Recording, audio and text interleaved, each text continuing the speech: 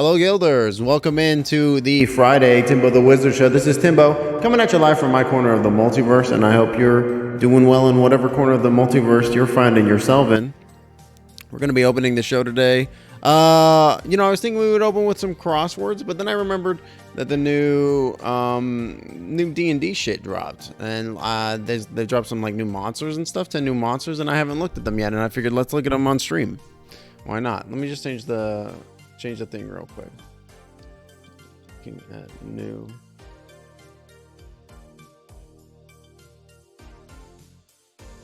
Monsters. And then this is like Monstrous Volume Compendium 1 or some shit. Monstrous Compendium Volume 1.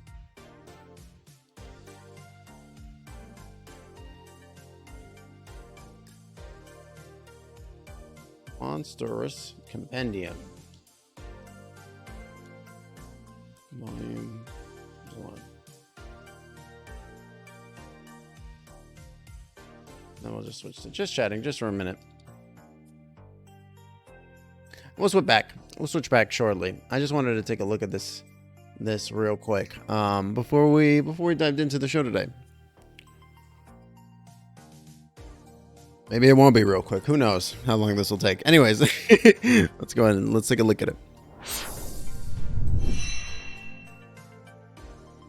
All right. So, as far as I'm aware, this is free on D&D Beyond right now. You, as long as you have a D&D Beyond account or Dungeons and Dragons account, I believe you get this for free. So, take that as you will. I think they're going to be doing a bunch of these as well. First, let's look at this art. Right, pretty good. You got weird, creepy individual with mouth, stomach, no mouth on his regular mouth, tentacle whip thing. And like some weird arcane sigils over his head. That's kind of cool. There's a tree branch here with some eyes in it that seems to be glowing with energy, some kind of arcane power. And then you got Ball Boy over here, which is just literally a beach ball with eyes and bird feet. Yeah, I love the volleyball. He's a weird little lad. So I'm loving this art already. Very good. So it looks like let's just like read through, starting with creature summaries. Asteroid spider, CR-15, gargantuan monstrosity that lives in space and feeds on the crews of spelljamming ships. Fuck yeah, we needed a bigger spider in the game, I think. Clockwork horror, small construct of insectile design that seeks to build others of its kind. Oh, it's a replicator. Cool. If you've hung out around these parts before, you know that I like Stargate. So I'm on board with a replicator. I'm down with that. That sounds good to me. Eldritch Lich. So is this an even older Lich? A medium undead spellcaster linked to a great old one. So it's like a lich that's gone even further. Interesting. Frektine. Large construct that traps other creatures in a demi-planar prison and can shatter into smaller versions of itself. That sounds really interesting. Gadabout. A medium plant that facilitates safe travel in the airless void of wild space. Goon balloon. Medium aberration that resembles a balloon with claws and has a nasty disposition. That must be this fucking guy. He's a goon balloon.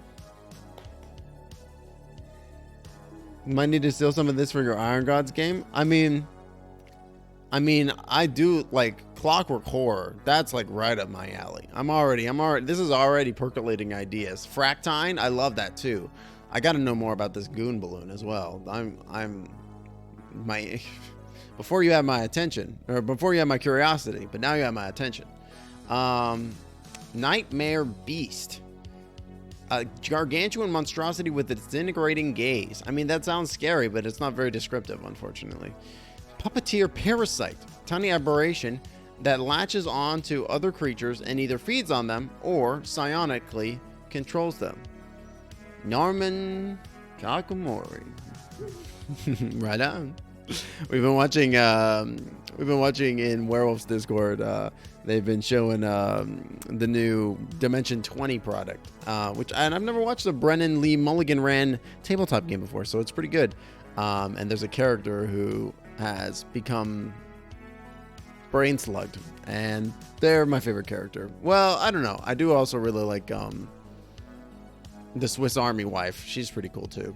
She's like an automaton that does like everything. I have to admit, I love that character, that like classic character trope of like robot that throws off oppression of their programming and becomes like their own self-aware sentient being. You know, I love that. I love that trope in media. It's played out, but it's good. It's a good one. What else we got here? Star Lancer, large celestial from the astral plane that can turn invisible and serve as a mount. Okay, interesting. I wonder what that looks like. Star Lancer. Is that like some kind of like flying horse or something? And a Yggdrasti, gargantuan plant that travels through space in search of prey. Oh, interesting. Like a predatory Yggdrasil. Fascinating. Margaret Encino. I wasn't thinking that I was going to enjoy Margaret Encino's character as much as I thought I was, but then by the second episode, I was like hooked. I thought, I was like, man, I really like the way that the character, or like the player is portraying that character. Like I like how they're like, yeah, I'm a part of the system, and also fuck the system. It's that part resonated with me, I think. Wonder what this invisible creature looks like. Oh man, that is just like the most me sentence I've ever said. All right, asteroid spider. An asteroid spider is a menace native to wild space and the astral sea. A full-grown specimen has a body close to 30 feet in diameter and legs that are at least 30 feet long. Has a body 30 feet in diameter and then 30 feet long legs. So it's got like a range of like 60 feet then, like that moves out from its body, right? Man, that's really fast, or that's really big. When it wraps its legs tightly around its body and closes its eyes, the asteroid spider resembles nothing so much as a giant lifeless rock in space, hence its name. Oh shit, look at that thing. Holy fuck, it's huge. An asteroid spider has its own gravity plane and air envelope, as well as multiple spinnerets with which it can create web strands. Its living brain functions like a spell jamming helm, allowing the spider to travel through wild space without a ship. It often haunts asteroid belts, lurking among normal asteroids until a spell jamming ship comes close enough to be detected. The spider then snares the ship before using web strands to catch crew members and reel them towards its snapping jaws. Damn. Oh, look at this image. Holy fuck. It's huge. How big is it? Gargantuan? Damn. That, scary. I would not want to fuck with this thing. CR 15. 350 hit points. Wow. False appearance. It's got legendary saves. Multi-attack can use 2 web strand attacks. Make a bite attack. Real. The spider pulls each grappled creature towards it by 60 feet in a straight line.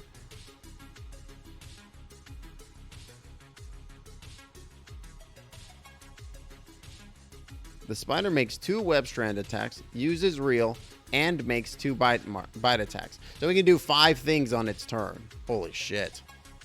And it's got a bonus action, snare ship. The spider weaves a magical web around a spelljamming ship it can see within 120 feet of itself. The web lasts for 1 minute and suppresses the magic of any spelljamming helm aboard the ship. Decks and other surfaces of the ship that aren't enclosed become difficult terrain until the effect ends. The web is impervious to damage but is destroyed by successful dispel magic DC 18.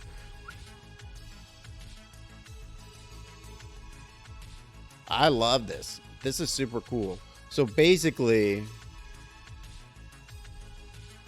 and I'm looking at the DC, so 20 hit points, immunity to bludgeoning and psychic damage.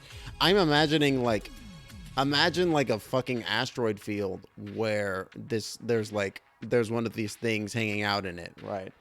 Like, and then it uses like the asteroid fields to spin like a huge web between them, right?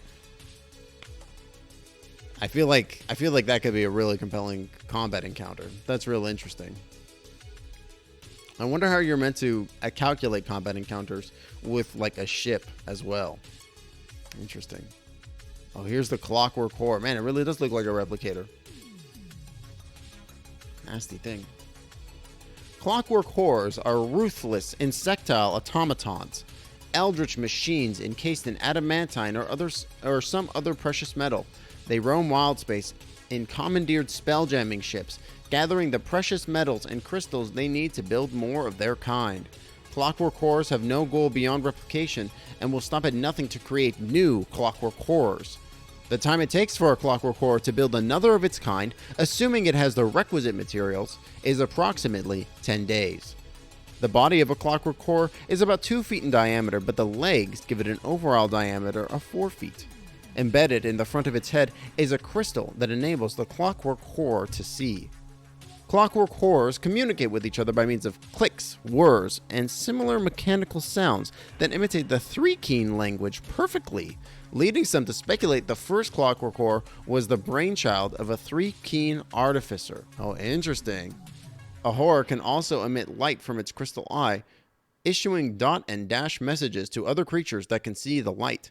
Creatures besides clockwork horrors can learn this blinking light code, which is called Zick light. What the fuck? When another creature gets in its way, a clockwork horror attacks that creature with its razor-sharp mandibles and 2 tiny rotating saws mounted at the tips of its forelimbs. A horror can also discharge bolts of lightning from a short lightning rod embedded in its body. When a clockwork horror dies, the magic that created it consumes it over a period of 1 minute. Its metallic body and crystal eye degrade rapidly until nothing is left but a small heap of glittering dust. Interesting. Fascinating. So not nearly as quick as of a replication as a as like your standard like Tribble or like other form of replicator like from classic sci-fi, right? What's really interesting is that I don't even see anything in its stat block about duplication, right? You would think that there would be some form of mechanical thing that they would put in there in the block itself to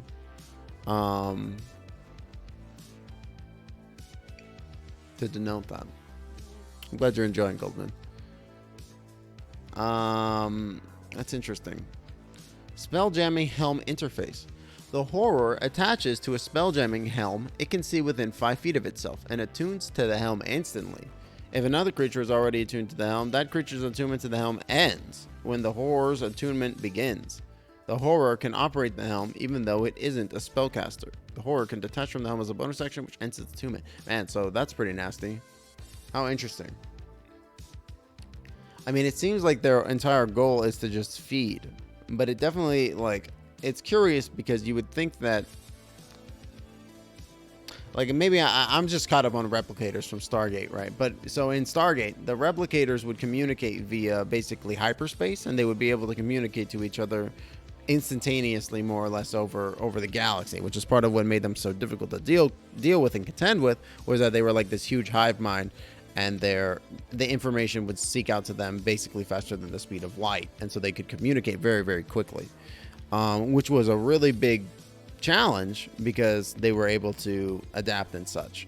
But like, I'm not seeing anything here about them being able to psychically communicate with each other either. It seems like they need to communicate in a terrestrial method, which is really interesting to me. That would make me feel like that there were like conclaves of clockwork horrors, you know what I mean? Like there would be multiple types of clockwork horrors. You would have like your standard adamantine clockwork horrors, sure, but then like I think there would be other horror, like I think the technology would propagate outwards, you know what I mean? Like depending on like basically I'm imagining them evolving like due to ecological factors, right? Like some might grow in to have like gemstone casings instead, depending on like what the natural resources available. Others might have like a hard like volcanic earth casing. Who knows? Like and have completely different weapons based on what's nearby. This is real interesting. I think that this is like a great stat block and a great enemy design to have as like your general, like this to me works as your general, like I want to have a random encounter with my party, you know what I mean? And this monster has enough oomph behind it, like in terms of like what it theoretically could do, that it would make an encounter with these things pretty nerve-wracking, right? Because if you miss one, then it could hide on your ship and it could replicate over the course of 10 days, right? And then you have two, and then two of them can make another one, and it begins to replicate exponentially. Same with anything on, same with it being a potential danger aboard big vessels too, right? Or space stations, right? Like a single one of these on a space station gets aboard, it begins to replicate over a period of 10 days. 10 days you have 2, 20 days you have 4, 30 days you have 8, 40 days you have 16, 50 days you have 32,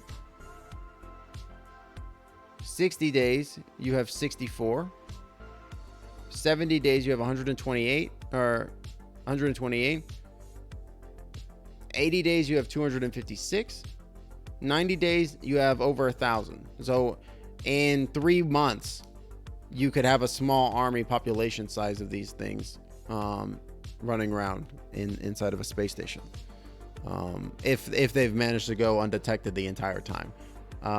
Which they might. They have a +2 stealth mod. They have a 30-foot climb speed. Like, I could absolutely see to me, these things are actually more interesting than the asteroid spider, actually, because like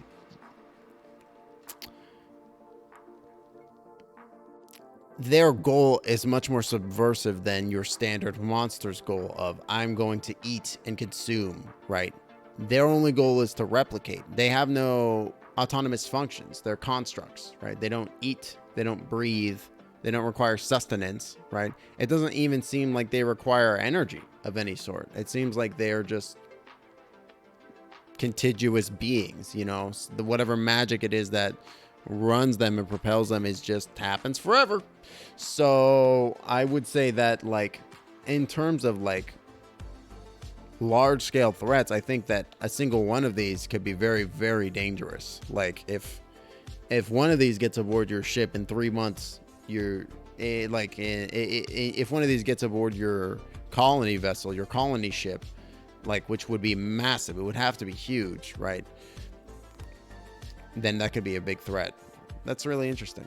That's a really cool, and that would make it for, again, a great adventure, a great encounter. A colony ship requests help from the party, isolating the clockwork horror threat that has taken up infestation. And like the people on the ship think there might be like a dozen, but it turns out that there's like 1,000 of them, right? Like, how do you deal with that issue, right? That's a good one. That'll probably make it into season 2 of Exploits.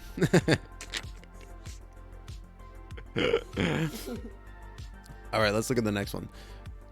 Eldritch Lich.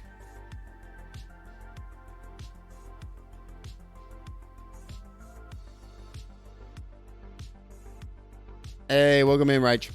We're looking at some new stuff that's dropped for D&D. It's the new Monstrous Compendium Volume 1 Spelljammer creatures. Hope you're doing well.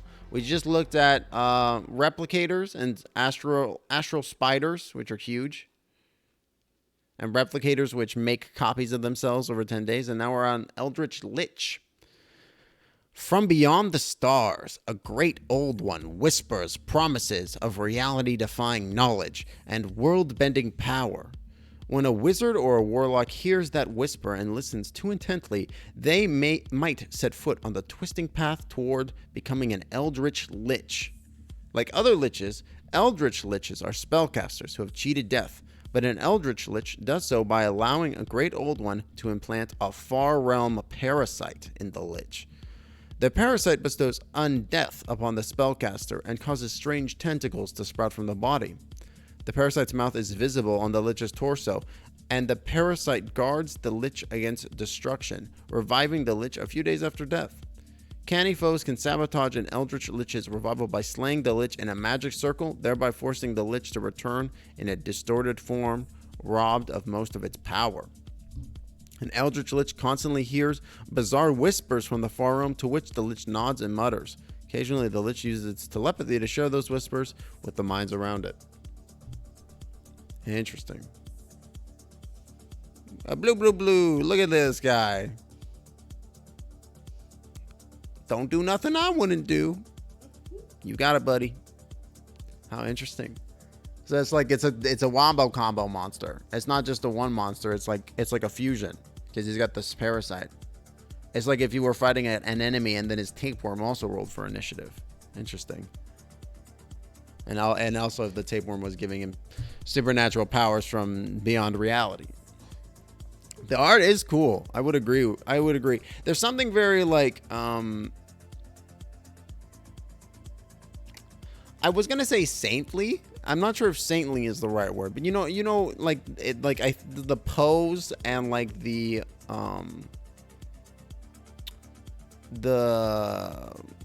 what's the word that I'm looking for? Just like the shapes of it look very like saintly to me. So let's take a look. CR 15. Divine. Yeah, there's like a divinity element to it too, right? Like that, especially like the glowing headpiece. Yeah. It's interesting. I love that the use of the tentacles too, right? Like the way that they're draped around the body. Really, really interesting. Like it almost looks like a little bit like a cloak. Fascinating. Get CR 17, 165 hit points. Telepathy, 120 feet. High int and whiz saves. Far realm parasite.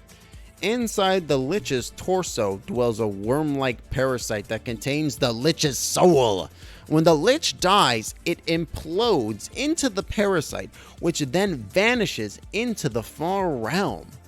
In 2d4 days, the parasite causes the lich to reappear 1d4 miles of where it died. If the lich died inside a magic circle cast to contain undead, the lich instead reappears as an Otyug with all the lich's memories. Are you serious? It becomes this thing? That's the weirdest shit I ever heard in my life. It becomes this guy. Look at this motherfucker. That's who he turns into? Welcome in, Dom. Yeah, it is profane. That's a great way to look at it. He is cute. He's just like a big tentacle dog with weird mouth and like 3 eyes on his weird tentacle thing. But he's kind of cute. He's also only got 3 legs. He's like a little tripod boy. I like Otyugs personally. Is that how you pronounce it? Odia? Are you? No. Cut the music. Cut the music. Odiug. Odiug? Odiug. Odiug? Odiug. I'm gonna let you finish, but it's pronounced Otyug. Sorry, D&D Beyond. Odiug. Nah, I hate it. I like Otyug. Otyug. You thought that was Gold Moon? I can see that. Welcome in, Zarkrai. A Golgothra, Otyug, also known as a dung eater, was a type of aberration. The well-known Golgothras of the realms are Otyugs and Neo-Otyugs. I didn't know that they were dung eaters. I thought Otyugs. I thought Otyugs. Oh wait, no. I'm thinking of a Zorn, aren't I? I don't want to Google this without making sure nothing weird is gonna pop up.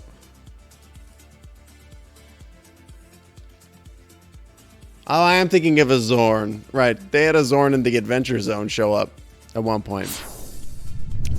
This is who I'm thinking of. I didn't realize Otyugs were dung eaters. Man, dung eating's so hot right now. Man. We are checking out some new D&D stuff, Zarkray. So with the Spelljammer stuff that's coming out, they released a bunch of new Elder Zorn. They released a bunch of new like monsters and stuff, and so we're taking a look at them. We were just looking at the asteroid spider, which is a huge spider that eats spelljamming ships, so that's fun. Oh, I can zoom in on the picture too. Fuck yeah. Look at how fucking cool that is.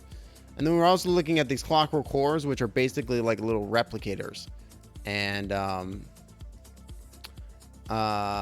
we were talking about how since they replicate every 10 days, within the span of 3 months, if you had an unknown infestation of these aboard a ship or a large vessel, within 3 months, you would have over 1,000 of these things aboard your ship. So that's pretty interesting. You know, I'm just over here like formulating ideas and stuff, you know, like that may or may not occur. I'm playing with the idea of like after Golden Shadows this season is finished, maybe we'll do for when we circle back to D&D, I'm thinking maybe we'll do Spelljammer, and we're just coming up with ideas. You know how it is.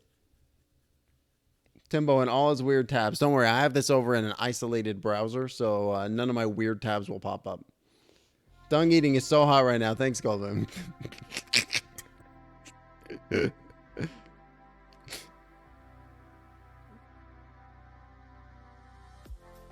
Oh, thank you, Mistrich. And thank you, Goldman, for the assist.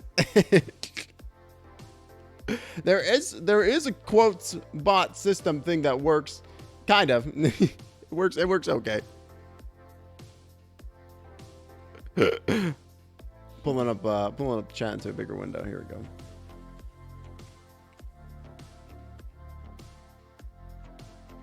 Timbo referring to Golden Shadows campaign as a season now. You notice that?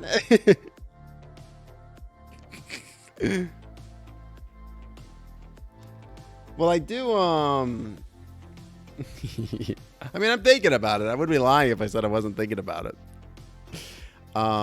What was I gonna say? Before Spelljammer got announced, I did have like several ideas for like a bunch of fun sci-fi stuff that was D&D themed, and one of them was dwarves in space with mech suits. So that's probably gonna make an appearance at some point, if I had to guess.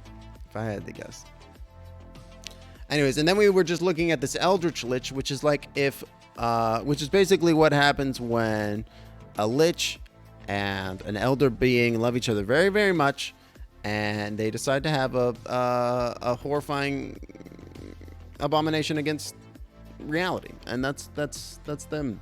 That's what this is. So it's got this Faron parasite, which basically means that it can't be killed. If it does get killed, it comes back as an Otyug. Very weird. Unless it comes back as an Otyug in very specific circumstances. Otherwise, it just comes back normal like. It's got a multi-attack, can use Parasitic Tentacle or Spellcasting. It can use Psychic Whisper twice. 10-foot reach to 66 damage. Plus necrotic damage. Oof. Target must succeed on a DC 17 con save or be poisoned. The poison target compete. Third time the target fails the save, the target dies and dissolves into a gibbering mouther that obeys the Lich and uses the target's initiative. See, this is what we're here for, chat. Fucking third fail save, become a fucking gibbering mouther. Fuck yeah. That's wow.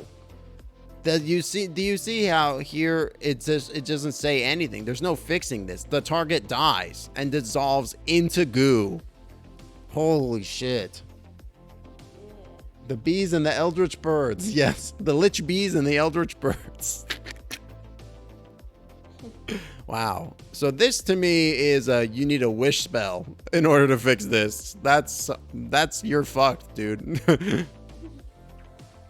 You are dead.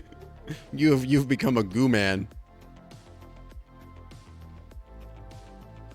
Oh, and then you can choose the form of the Great Olin. It's just Cthulhu in here. Cthulhu is just on the table. Fuck yeah.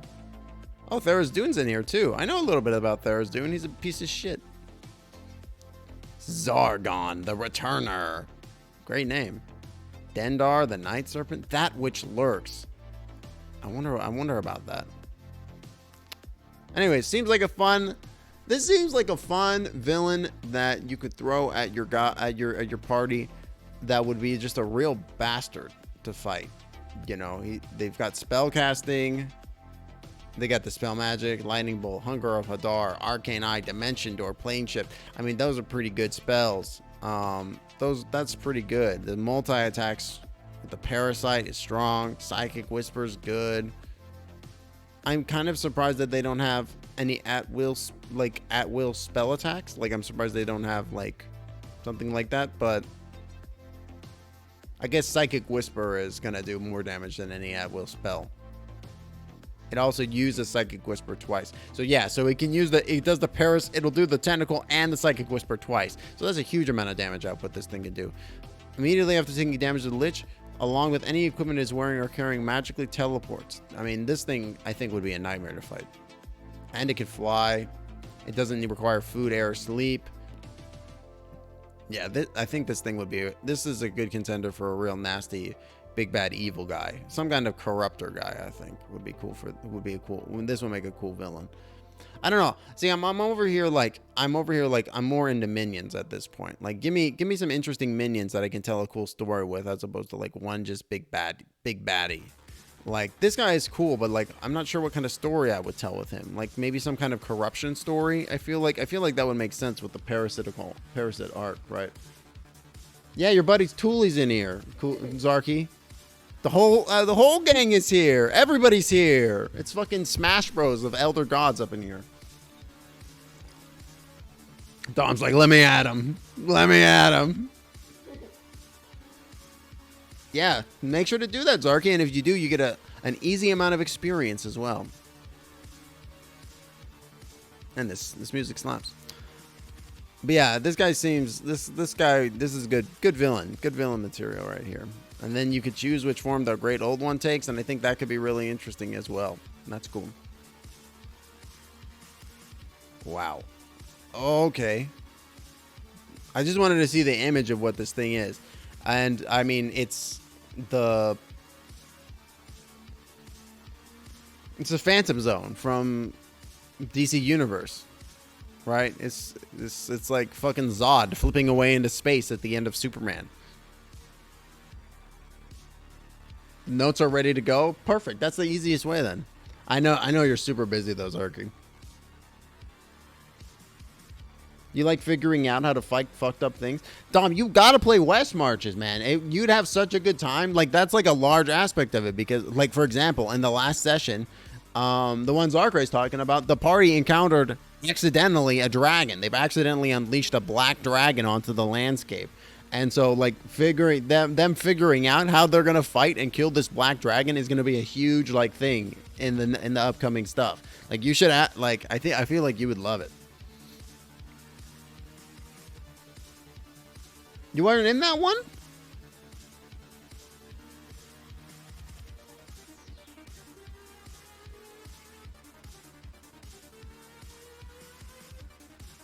Oh, you were on the Spider Nest raid. That's right.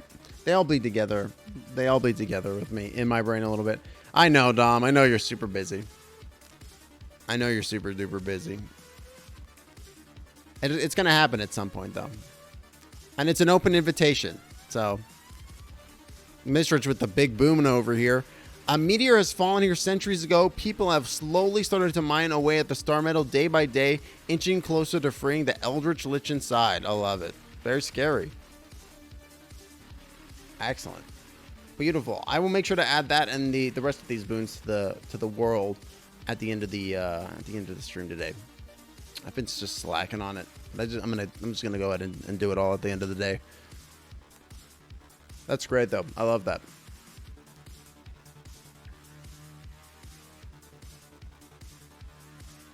Somehow I missed all these Gilder Gaming, all the stuff going on in the Gilder Gaming channel. Man, this tweet from Illivid is so good.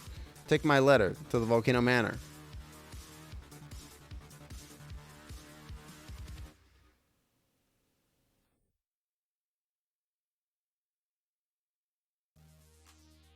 Sorry. All right. I got distracted, chat. Beautiful. Very good, Mistrich. I really like that, though. That's a fun one.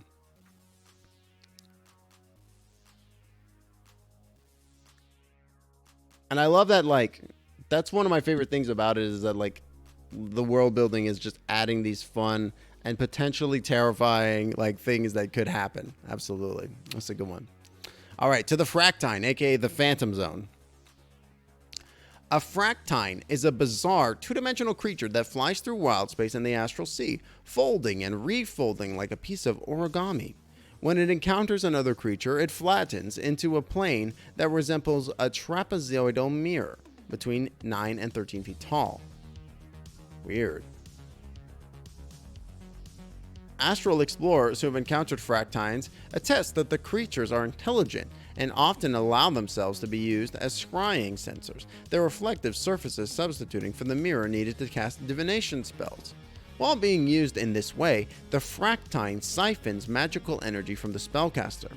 Not enough to cause harm, but enough to make the caster take notice.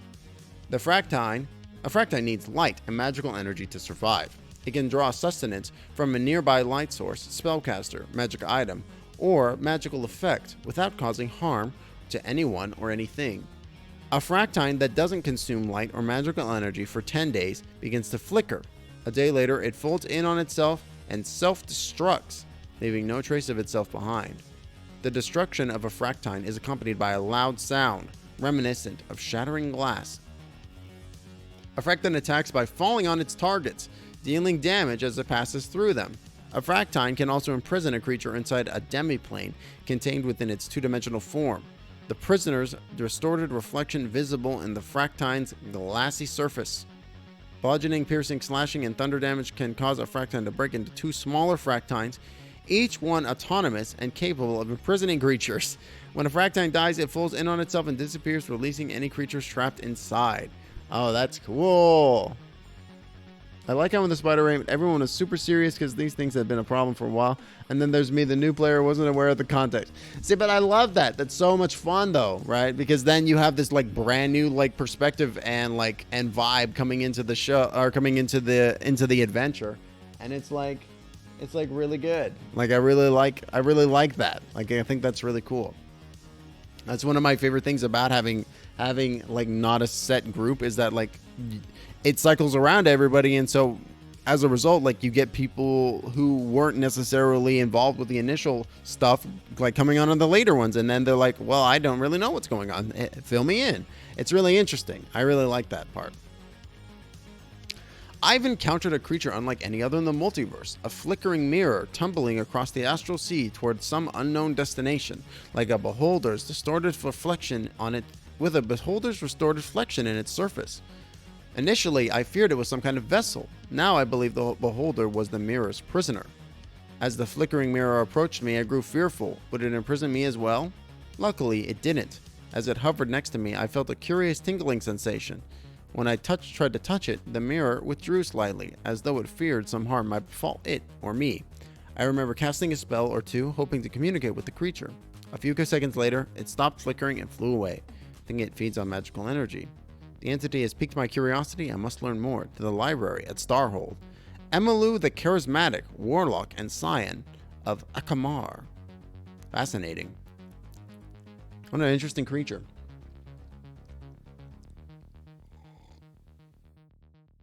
That's great. Yeah, that's really good. In one of the previous ones, Illithid literally went. They literally said he was like, "Oh well, I don't really know." In character, he was like, "Oh well, I don't really know what's going on. I just usually I hang out in the like leaving room and I wait to see groups congregate together and I wait to see if there's an open slot and then just hop in. I don't usually know what's going on or sign up beforehand." And I thought that was a very funny and very clever way of handling that. I really like that. Anyways, let's take a look at the fractine. So it's a large construct. It's a construct. Interesting.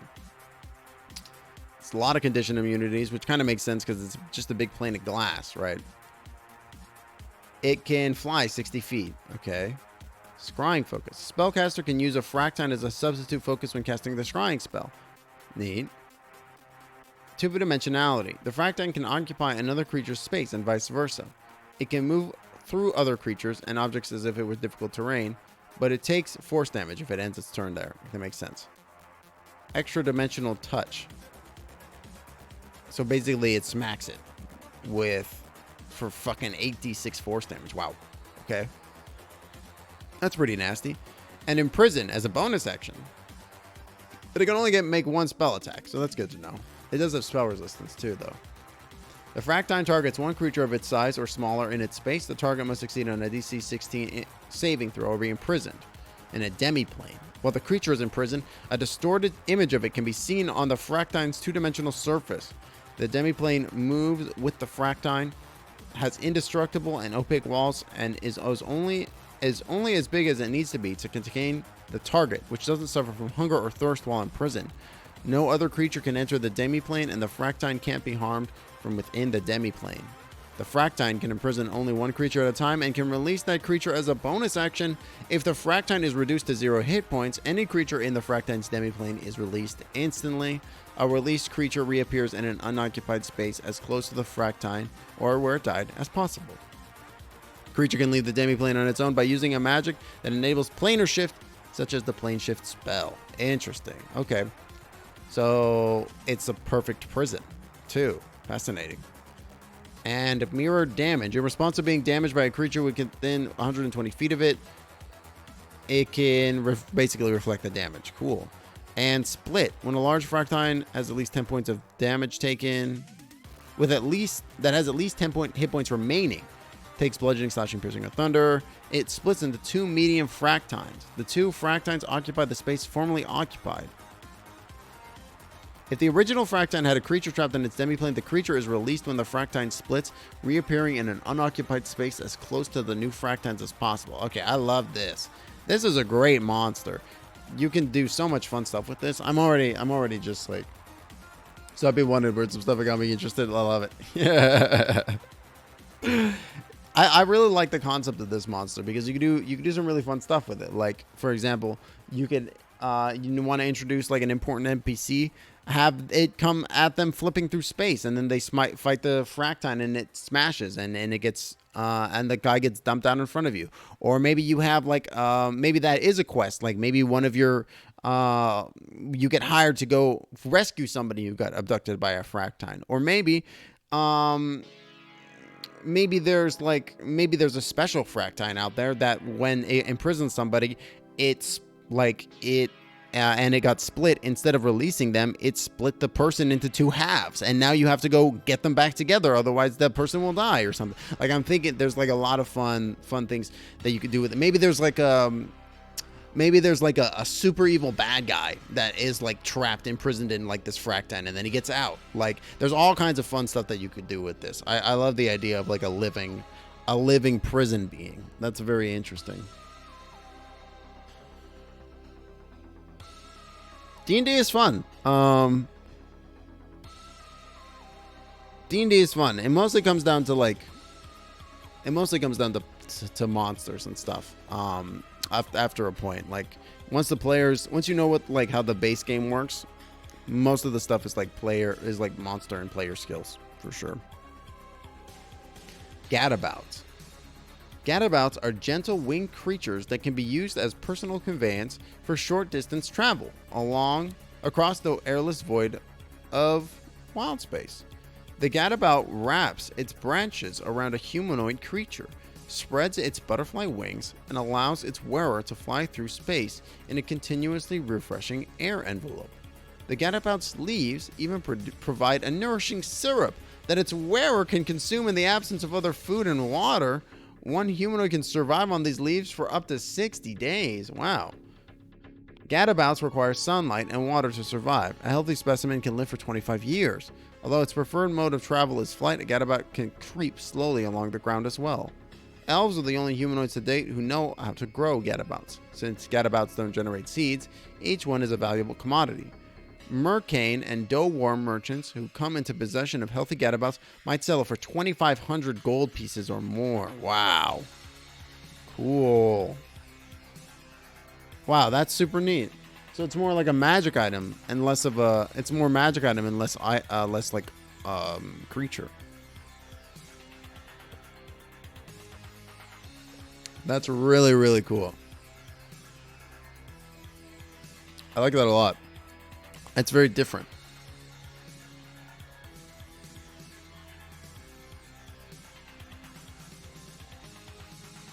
just seeing if there's any. So basically, it's just like. Basically, you become a mount to this thing, and it grants you a fly speed.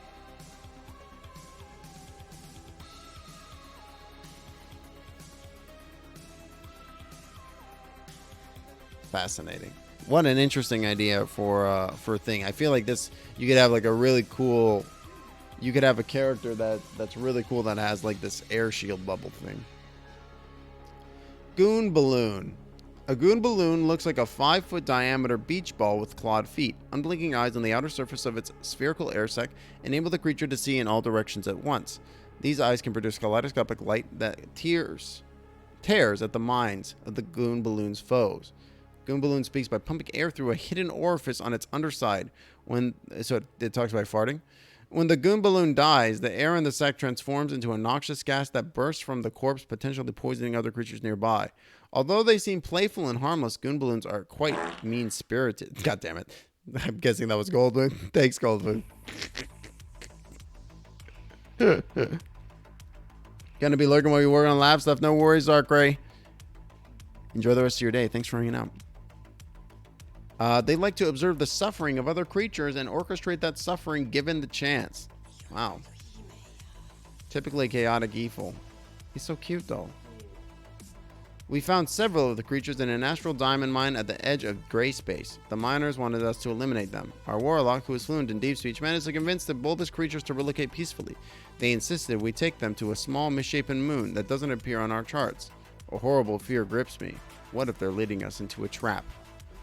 Final log entry of Aquabus Graves. First mate of the Wasp ship Lightning Bolt. Amazing. It does sound like a Pokedex entry. That's exactly what I was thinking of. I was like, man, somebody's giving these guys a bad rap. Somebody really doesn't like them. You just finally said your mic up your mic arm. Congratulations.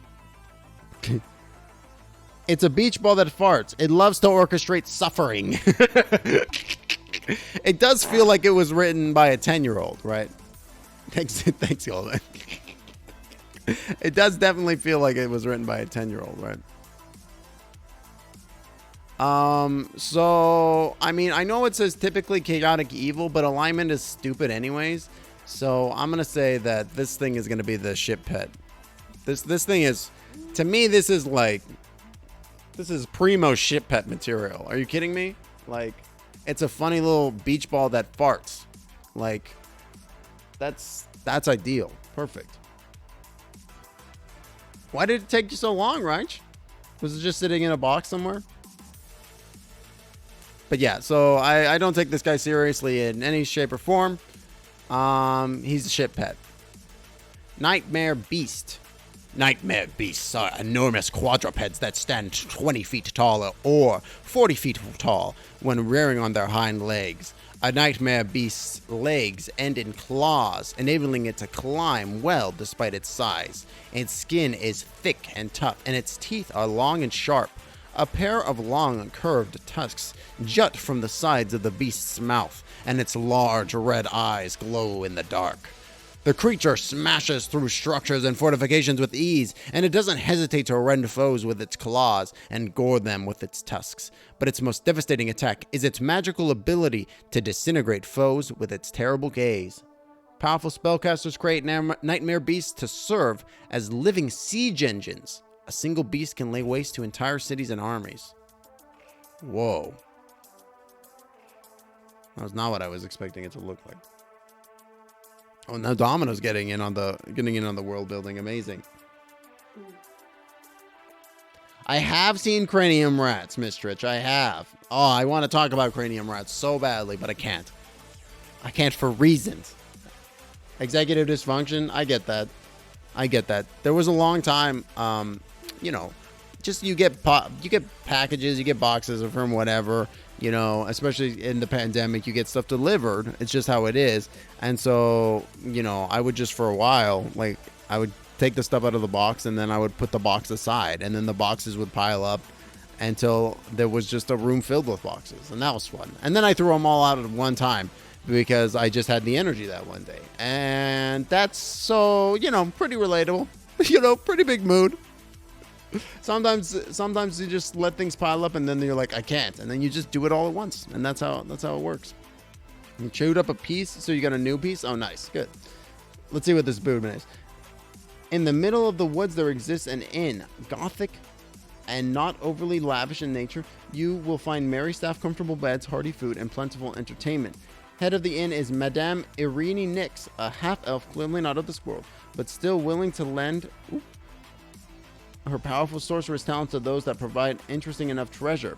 There are rumors, however, of the groans and snarls of hunger coming from the walls itself should the madam be displeased. I love it. That's so good. That's great. That's excellent, Dom. I will make sure to add that to the world building map after the show today. Did you have? I'm just double checking. Oh yeah, and you've got the coordinates in there. Excellent. Is this the inn of Madame Nix? Is that what you'd like to call it?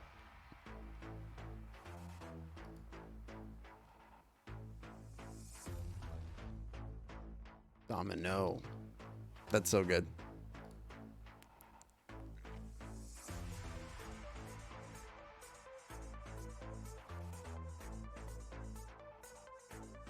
Beautiful. I love it.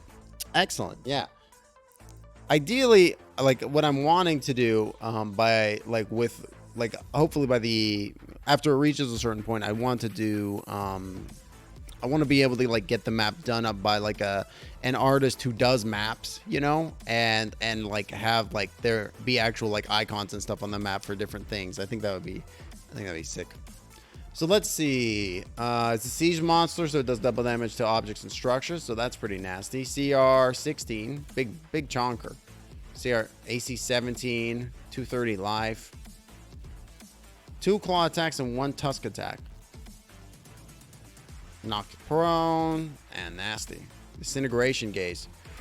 Target deals DC 18 con save or take 10d6 plus 40 force damage. Man, is that just a disintegration? I think that's just a disintegration blast. Yeah, if this magical effect reduces the target to 0 hit points, the target is disintegrated and leaves nothing behind. I don't feel so good, Mr. Stark. He can also teleport. The fuck?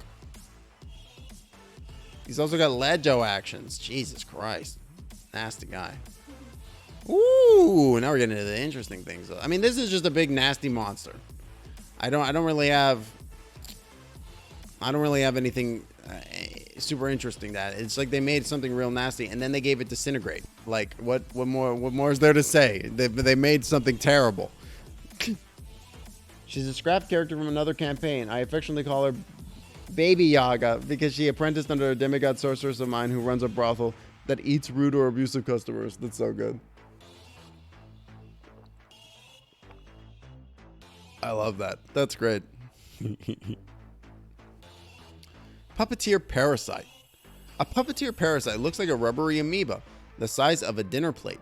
Its dorsal surface is glossy and soft, while its ventral surface is lined with bony hooks. The parasite uses its hooks to attach to a wall or ceiling until suitable prey passes nearby. A parasite that comes in physical contact with a humanoid uses its hooks to latch onto it. The parasite can then drain life energy from the creature or use it as transportation. The parasite can also impose its will on a nearby creature, forcing it to comply to its wishes. Puppeteer parasites like to use humanoid thralls as bodyguards or transports. So it uses suggestion. It casts the suggestion spell onto the guy.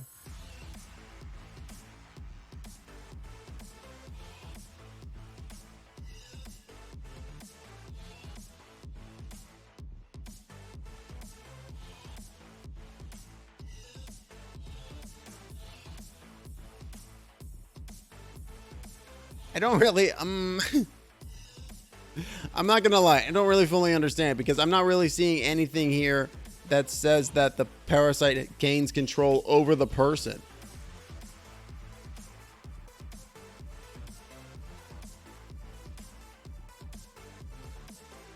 right? It doesn't say anything to that effect, right?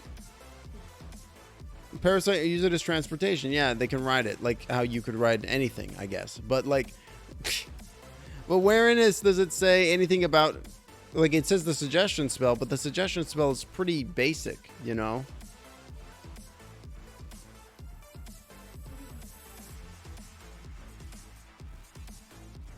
Course of activity limited to a sentence or two. Oh, the suggested course of action continue for the entire duration. The spell ends when the subject finishes. See, it's just like, and it only is once per day. I was kind of expecting something to be like a little bit more. I was expecting it to be a little bit more like intellect devourer level, I guess, but less permanent than that. I'm a little disappointed with this one, to be honest. I had high hopes for it. I do like maybe the idea, like the idea of like a humanoid and one of these puppeteer parasites being like friends or something like that. Like maybe one of these puppeteer parasites is like using a humanoid as like a travel mount, right, to get around the galaxy or something like that. That's a fun idea. I don't know what the rationale why that would occur is, but that's a fun concept at least. Yeah. Dominate person, right? Like I would agree with that, right? Like I feel like it should be like, if the thing is grappled to the target, it can cast dominate person and take them over, right? Tempo might be a brain slug. I'll never tell. Every character you said you love is a parasite? Well, name one other character other than Norman Takamori. Name one other. Other than that one. That's the same character. Skip is Norman. That doesn't count. I want a real character. I'm just waiting for Mistress to say the brain slug from Futurama, and then I'll be like, damn it, you got me.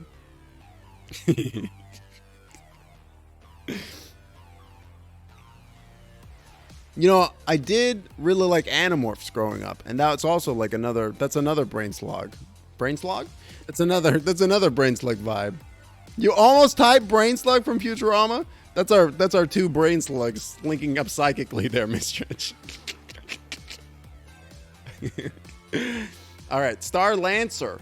Drifting in the astral sea are the petrified husks of dead gods, their colossal bodies riddled with natural tunnels and caverns.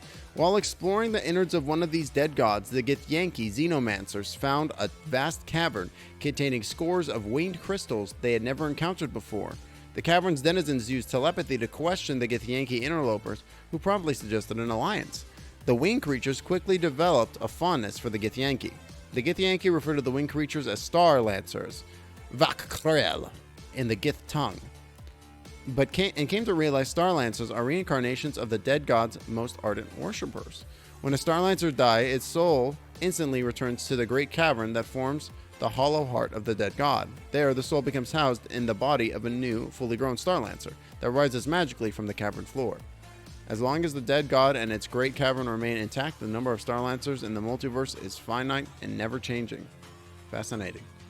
A Star Lancer resembles a shark, albeit one that has 4 wings and a long tail. Its head bears a sharp protuberance that the creature uses to impale enemies. Githyanki are fond of using Star Lancers as mounts, riding them across the astral sea in small flock. A Star Lancer has the innate ability to turn itself and its rider invisible. Wow. That's sick! Wait.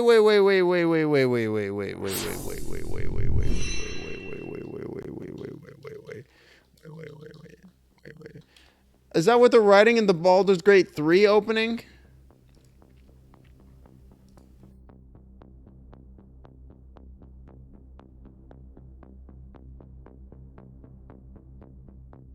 No, the ship that they're writing is clearly a nautiloid ship. Like, that's also a Starjammer thing. A Spelljammer thing. But they writing like oh no, they're just writing dragons. Never mind. They're just riding normal pedestrian dragons, not sweet fucking space sharks with a fucking head that are immortal. That's fucking awesome. I might allow that. That sounds fucking cool as hell.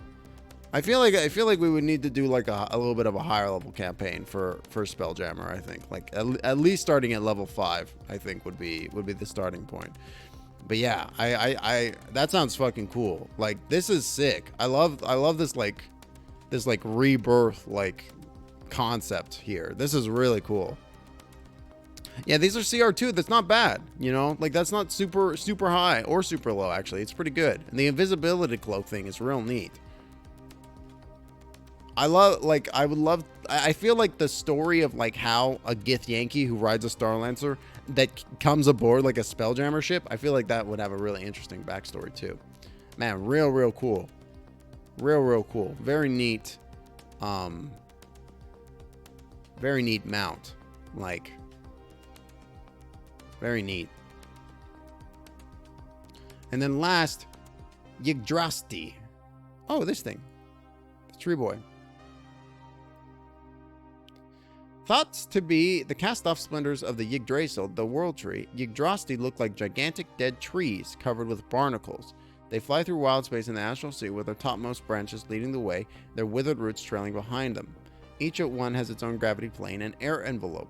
Creatures sometimes try to hitch a ride on the Yggdrasti to take advantage of its air envelope. A typical Yggdrasti specimen has cavities inside its trunk in which medium or smaller creatures can lurk. Yggdrasti attack any settlement or spelljamming ship they come across without provocation. By using a speak with plant spell or similar magic, someone might be able to convince a Yggdrasti to break off its attack, but the monster's innate hatred of other living things is extremely difficult for it to suppress. Yggdrasti sometimes make landfall and disguise themselves as ordinary trees, burying their roots in the ground to pull off the deception. They can uproot themselves at any time and use their roots to shamble away awkwardly across the ground, but flying is their preferred mode of travel. Weird. They're very big. Oh, yeah, look, there's a picture. There's a person right here. So, like, you can hide in it. It is also immune to lightning. How interesting. What a weird monster. Look, there's Boo. Cool. I don't really have any thoughts about this one, to be honest. Like, the idea of it having housing creatures inside of it is pretty interesting. You could maybe use this as like a shock trooper or something like that. It could be kind of interesting. Cool. Well, that was volume 1. I'm actually like looking forward to reading the rest of these now. Some of those are pretty sweet. Like those are cool. Let's go ahead and shift on over to Crosswords though, chat.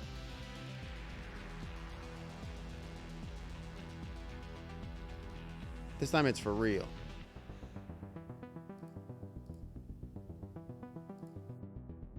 You know, sometimes that's all it takes, chat. You know, sometimes it just takes like a little bit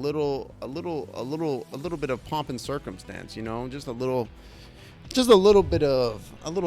taste to get those brain juices flowing, you know.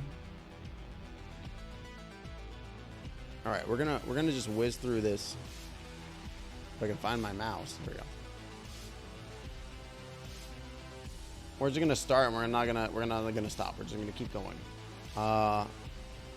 Wander. Maybe lost? Howard is one. He's a duck. Not happy. Unhappy. Sad. Angry. I don't know. Black and white. Creature. Like Finn the whale. Is that an orca? Work hard for his earn. Mandarin hello.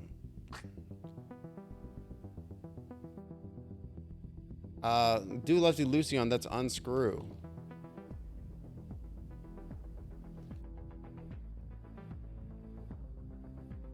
Fiddlesticks. Oh no.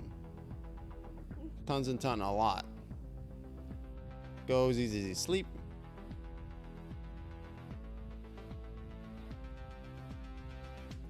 Okay, well it's not oh no. Because this mouth-related area is oral. Area units of areas of land is acres. Board games sometimes played with shells. Rate to, I guess it's not duck, because this is hear your voice. Indonesian island, this must be...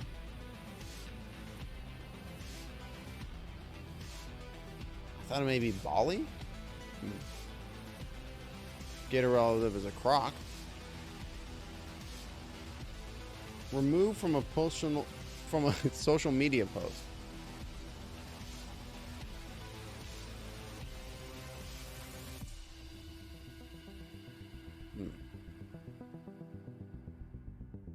Heels, hat, flats, etc. Shoes? Beagles have floppy ones. Ears? I don't think that'll work. Oh, but we... It looks like a stone fish head. Fish head, fish head. Looks like a Rolly, cross between a bull rolly, and a fish fish. head, fish Hey, head, welcome in, fish DJ. Head. Eat them up. Thank you, Rice, for doing that Yum. shout out. Okay, we've got a statue fish head. Semi-organization, hyper-focus mode. We've got a lava room. Oh, you got the new Xbox controller. Nice. We've got a room and a room. I'm guessing this room at the top is... Guided museum trip is a tour. Welcome in, though, DJ. How are you doing today? How was the new Nancy Drew? I keep saying that whenever people I'm seeing Deli Bread sub. Whenever I've seen people playing Nancy Drew, I keep saying the new Nancy Drew game. Zodiac Rodent is the rat. Goth-inspired aesthetic. Ab exercise. It's crunch. No. Curls? Pieces of soap. Bars. Red plus blue is purple. Maybe it's not bars. Oh, yeah, it is. Because it's bars, because this is like BBC. Computer shortcut key used in shortcuts. Is this control? Control? Name that sounds like a double letter. Shit. Bun steamed in a band. Oh, that's a bao bun. God, I'll go for some bao. Internet award. It's a Webby.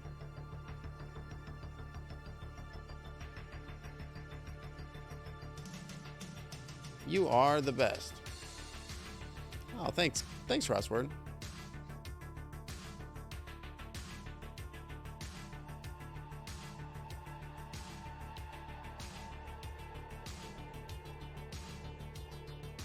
Just finished it, not the best one you've played? What would you say is the best one? I think I was looking for a little while in one of them. For one of them. I think it was this most recent one you were playing. It was very punny. Onstage host. Is that MCs?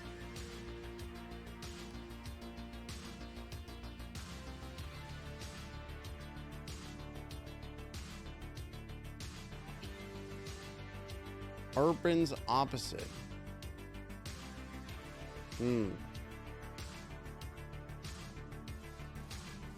Makes sense. Photo that might be taken with a stick. It's a selfie. Green pasta sauce. Oh, that's pesto. Oof. Part for an actor is a role. Wise bird is an owl. Like Colts, but not Phillies.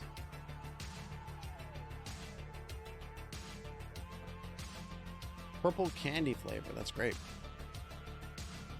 White Wolf of Icicle Creek was the best. Story was gripping enough, even if the minigames were annoying. Danger and Deception Island had random non-sequiturs throughout the plot. Oh, that's Aries. That's like, to me, that's like always very annoying when there's like just a random non-sequitur that happens like that. They're similar to paddles, oars.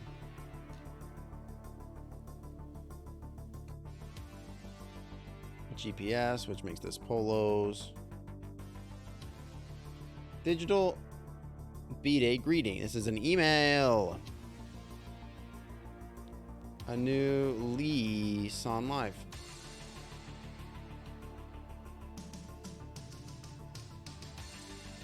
Afro Pop? Okay. Lioness. I guess. Lioness, I guess. Name that can fill in the blank to form another name. Amila? Ellie? Silly. Character played by Tayona Paris in WandaVision. I have no idea. Region area. Oh, is she the black girl that was in this one? I really liked her. I really like that character. Isn't she like Captain Marvel's friend? Plant. That's an animal spelled backwards. I hate clues like that, dude.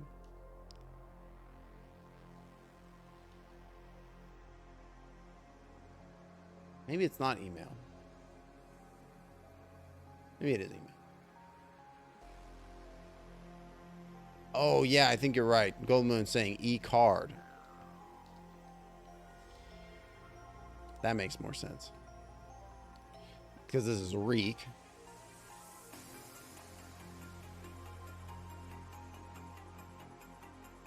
Plant, that's an animal spelled backwards. Asks. This is Monica. Male. Decay is rot. Stabs, okay.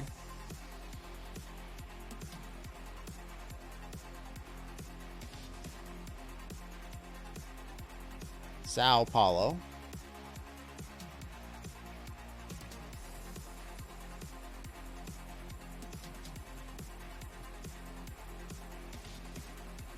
That would mean like an electric eel. So this is... I was like questioning that one because this is gyros.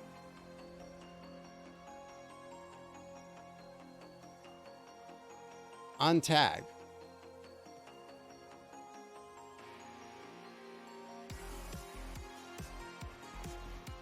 And this one unlimited comics, no explanation. I feel like Monica Rambeau, thank you.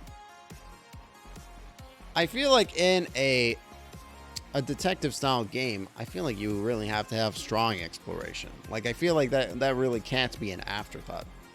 Oops.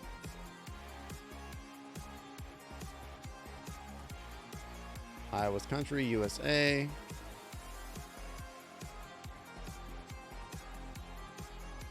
Upper Soul is an aria.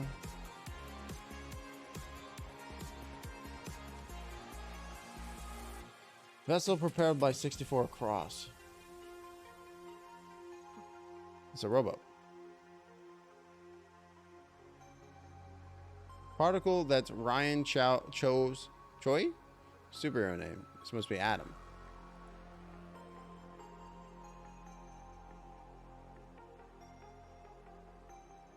Tent pole?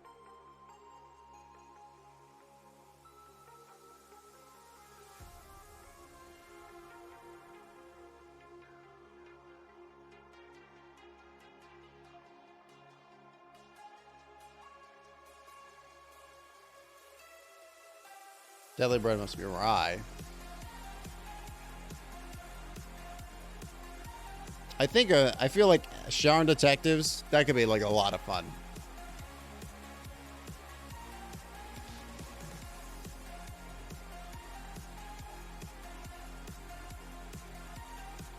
Upset. Maybe it's not sleep, because this feels a lot like section. Toe. We had our 2D platformer section. Now we're in our first-person shooter mode.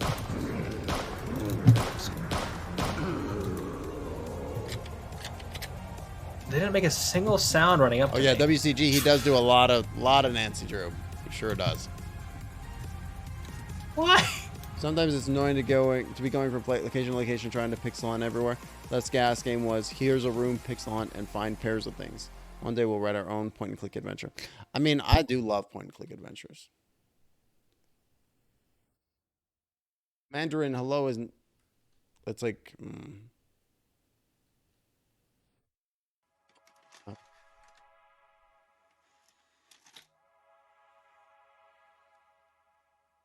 I do love point and click adventures.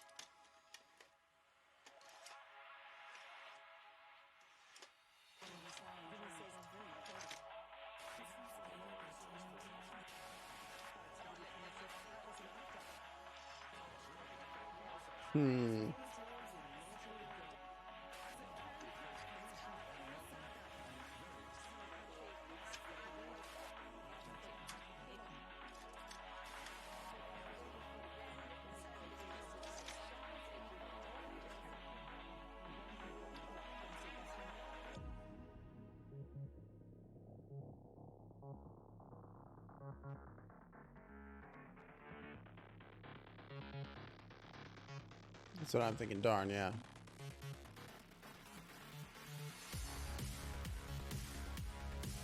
Travel by metro. Is that just road?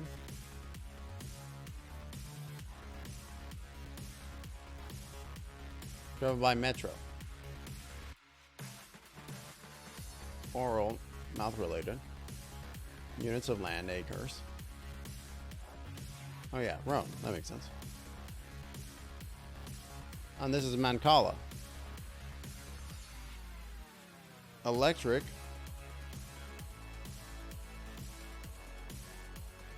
Car.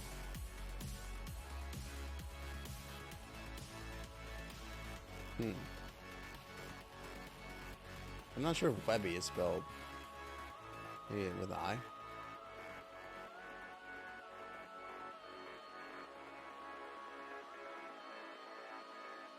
This must be MCs.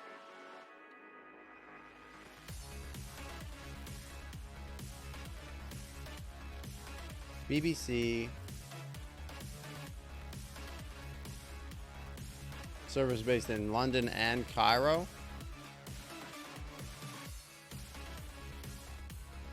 Is this maybe Arabic? BBC Arabic? BBC.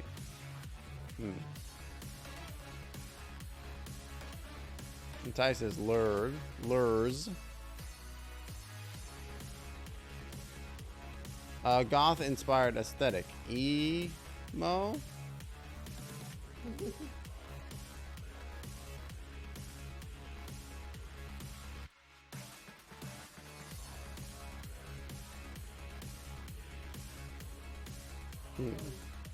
Totem pole. Thank you, Goldman.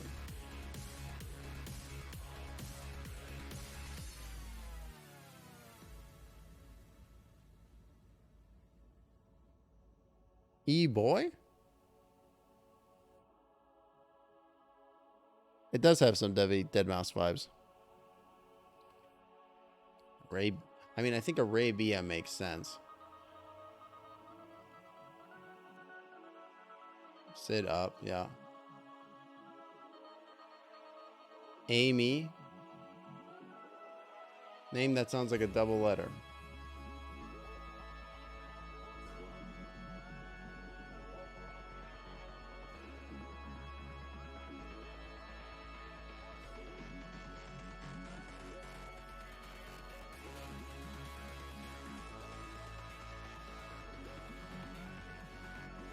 Thank you, DJ Nerd, for the lurk. I appreciate you, my friend. Enjoy your lurk. I know this is like N-I, right?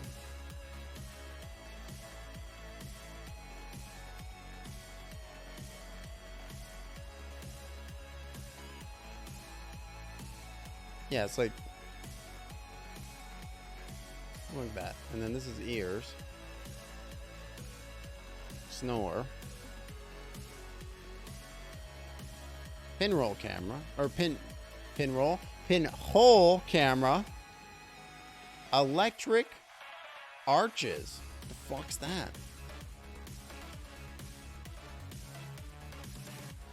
Alt.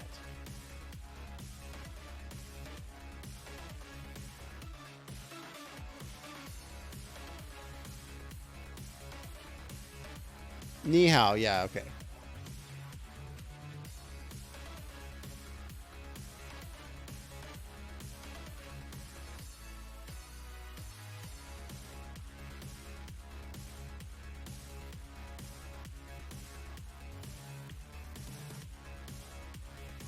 Best ones are on me.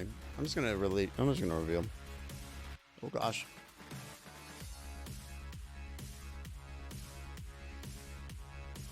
Reveal word. Oh, it was yucca root. Name that sounds like a double letter ace?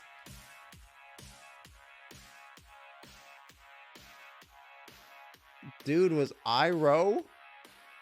IRO? Nevertheless is eat? What the fuck is that? Are you fucking for real?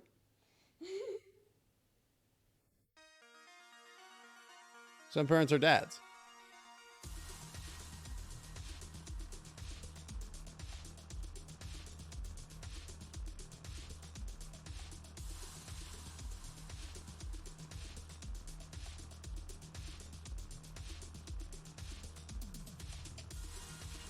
HMCU, hero of the Marvel Cinematic Universe? I don't know. Let's see. Let's go, guys.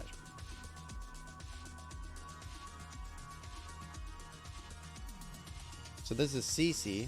It was Arabic.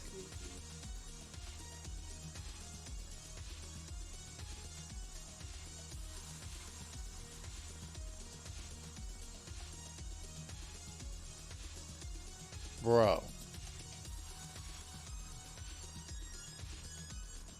Bali? It was Bali. Oh man, that was tough, dude. That was a tough one. Good stuff though. Let's go ahead and do the mini.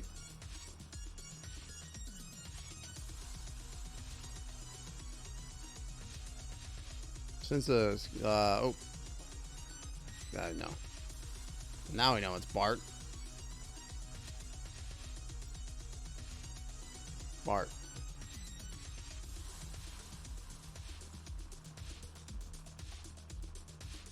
Asia.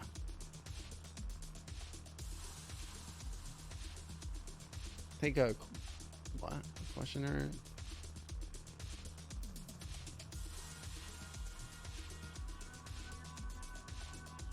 This is Lisa.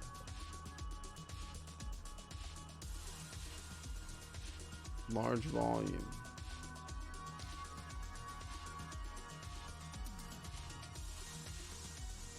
What even is this question? I don't even understand number 3. What do you say? Bulk? Good one. The user.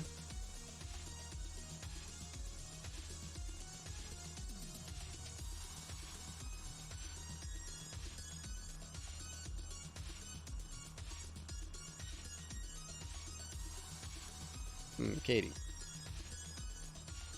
I would like to thank Goldoon for netting me that win there.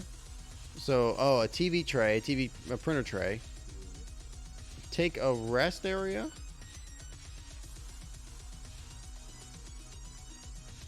I still don't even understand this one. I still don't even get it.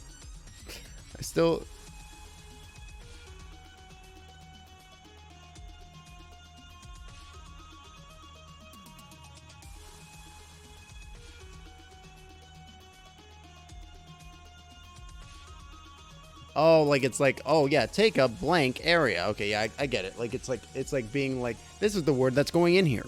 I understand. All right, chat. I'm gonna we're about midway through the show. I'm gonna go ahead and use the facility real quick, and then we will be back with the second half of the show. I will be right back.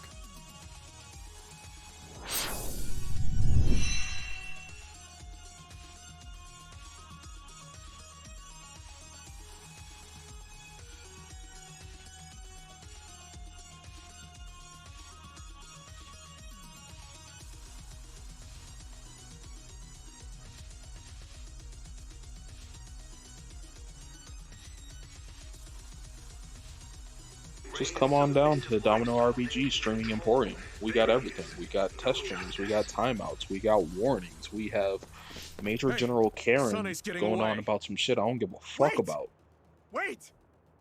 We have dead dads. Dad?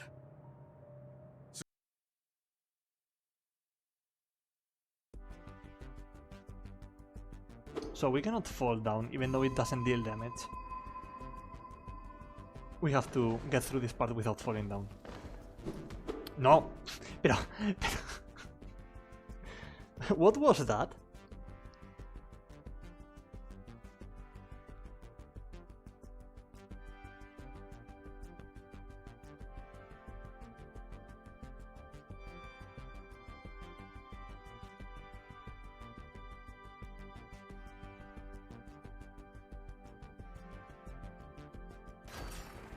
Sucker.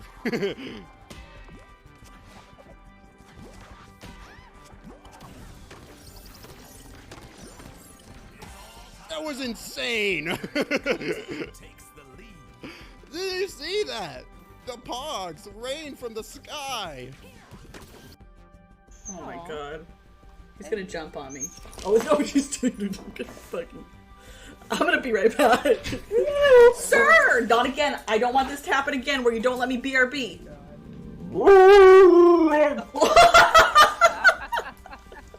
Oh my god. He's a wild animal. He's a wild animal. Oh my god. We're doing good humor though. I mean, every set of lesbians is one good NB.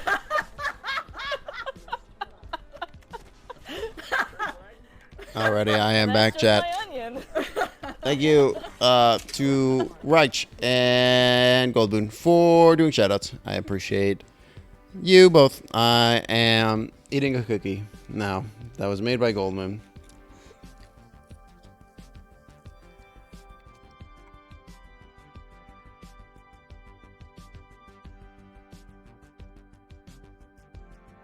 They're very good cookies. You posted a picture in the Discord. The first time she'd made cookies like this.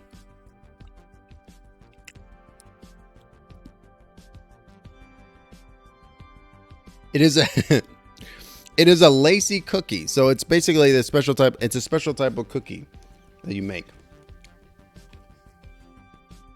Though I guess you could make them laced with something if you wanted. These ones are not. Unless they're kind of like, you make like a big boil of like caramelized sugar and brown sugar and like and butter and stuff. You get that going like real hot and like a rolling boil. And then you add like almond flour in on top of it.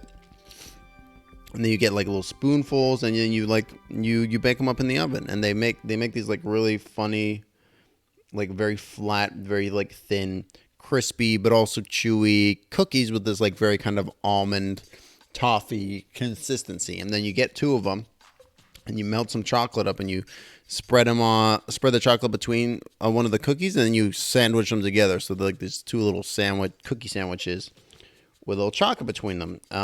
We used to get them from Costco all the time. And we would eat the shit out of them.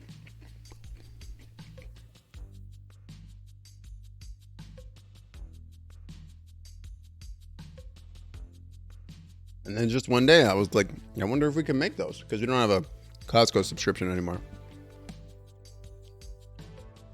Because it's just kind of out of the way from us. And we don't really go into stores anymore because of the pandemic. We've just been using pickup for like 2 years at this point now.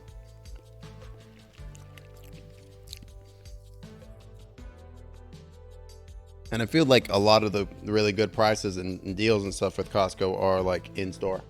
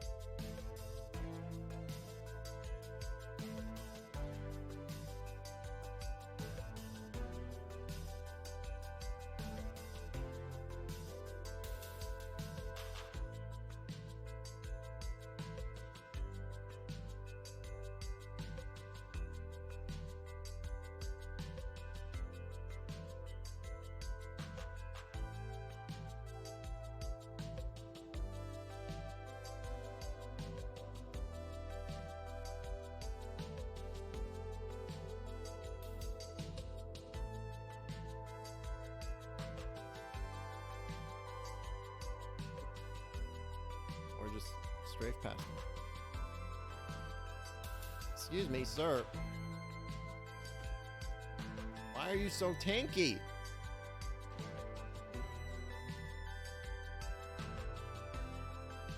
Sir, please. Please, sir. Please. They're just so Moorish, chat. Sir. You just eat one, you can't help but want more. So good. Like the pass through. Alrighty, my dear chatters. Thank you so much for hanging out while I used a little wizard's room and had a cookie. Now we're gonna go. Let's see if we can. Let's go ahead and dive back in. Should we do more crosswords or mix it up a little bit? What are we thinking?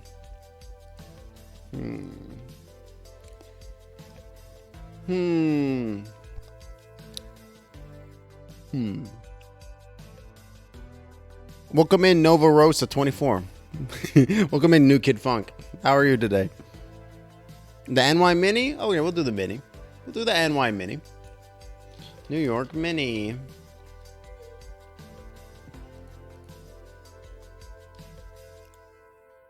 I really got to get that that cute little Pokemon bot in here. I really like that little bot you have set up on your channel. Without an account. Opposite of difficulty is ease. D of the FDA. That's at the that's drug.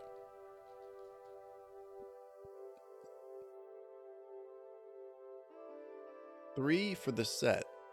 I don't know. Without doing anything. Well, this is double-edged sword. This is aerial. Upbeat and optimistic. Super. Answer to this riddle from The Hobbit. A box without a hinge, key, or it's egg.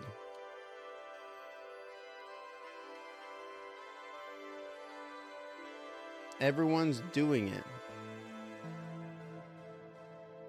Aging?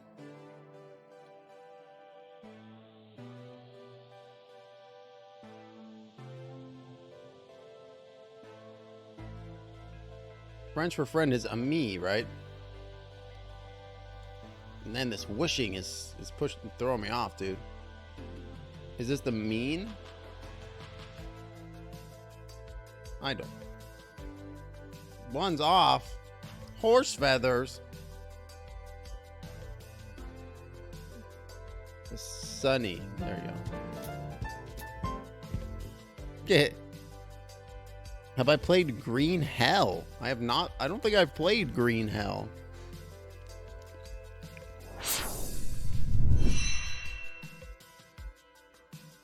Green Hell video game. Oh, it's spooky. Oh no, not videos. Oh god. Okay. I'm getting a survival vibe. A survival. It looks like The Forest.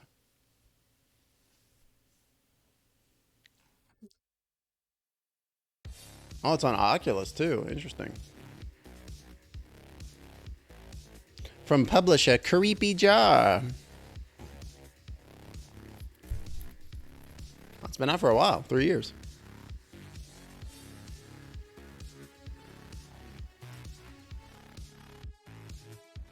Interesting. Looks cool.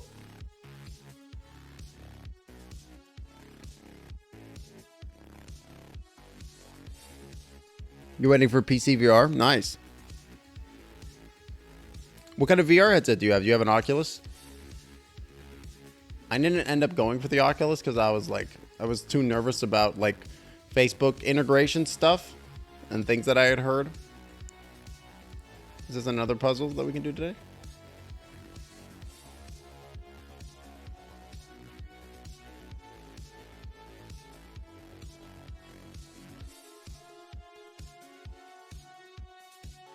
Quest 2, nice.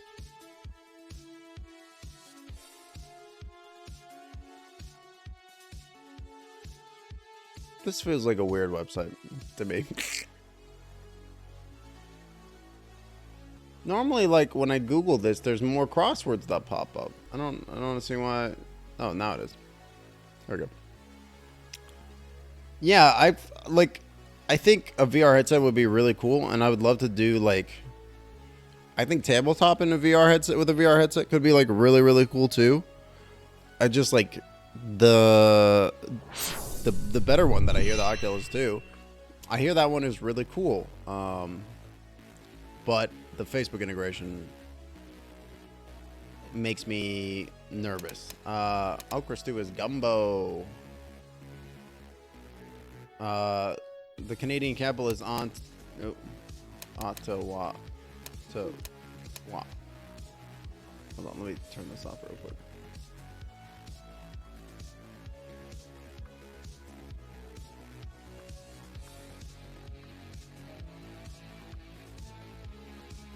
This is gasp. Sound of surprise. West Coast School. Probably like New York or something, right? I mean, that's East. This is Ace. Ace it.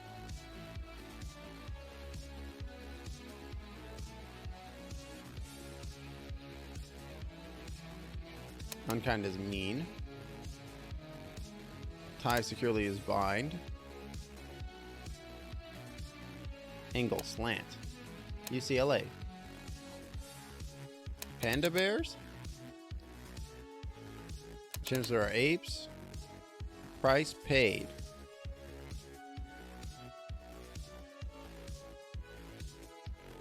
Popular thing, Slangly. It's hot. Later on. After. Prefix for shoot. Para. At any time. Ever. Does that ever work? Whatever. Fave. Trees lumber source.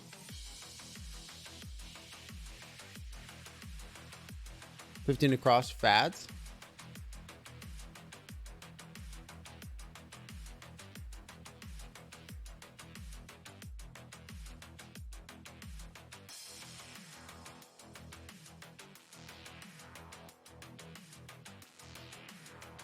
Oh, no worries. I was just like, ever doesn't feel like 100% right to me, so I was like, maybe it is weird. So the poker pot is anti. Crusty desserts. Are those like pies? Writer of rhymes is a poet. Impose the limit on. Capped. French onion soup. Warhorse is a steed. Pays paid as cost. Easily anger. Testy. Fashionable is trendy. Tavern is a bar. Kilt cloth.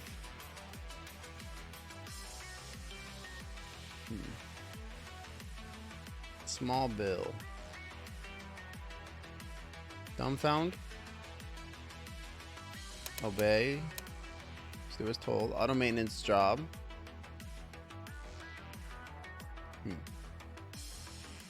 ENV contest. A cross fraction. Gent's wife. Gain knowledge. Learn.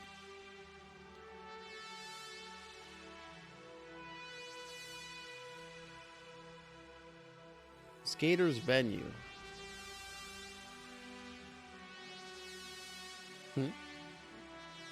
Rank? Rink. Good one. See stars. Plaid.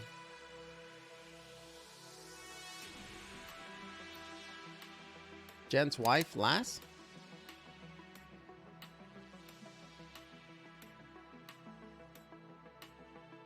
Acreage, land.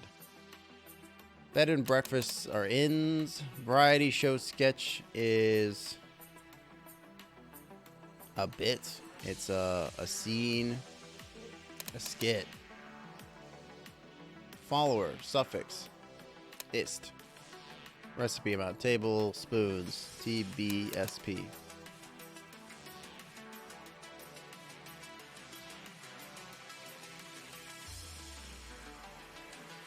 I mean, this could be skinks.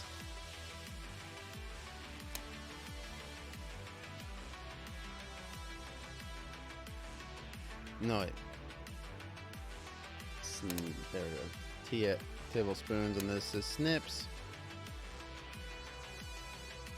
Take off the shelf. Well, visitors is guests.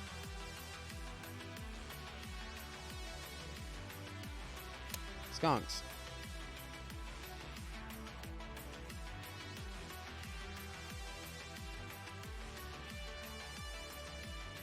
Hurricane centers the eye. That was in yesterday's puzzle. Tot watcher. Babysitter? Author unknown. Anon.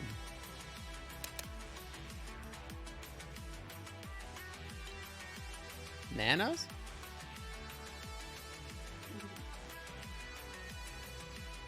Like very old bread. Moldy. Yellow fruit. Lemon. Every villain is lemons. Also known as evil. Likely. Apt? Something borrowed. Show embarrassment. Major blood vessel. Okay, well, lemons is wrong because this is aorta. It's always aorta.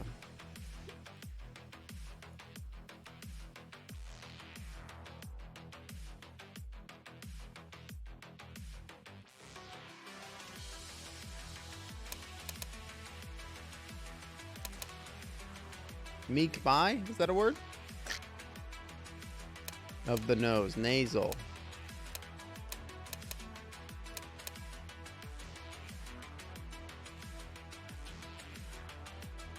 Something borrowed.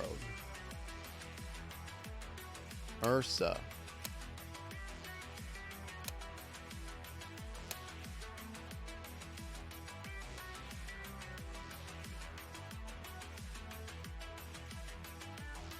Male deer is a stag.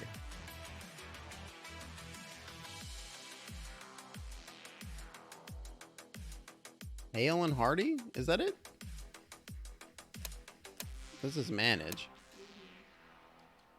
Oh, banana. This is blush. B-A-N-A-N-A-S.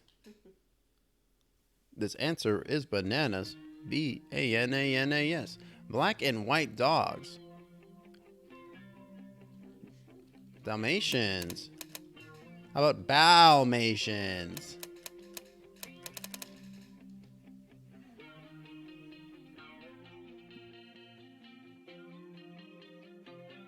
Moving up.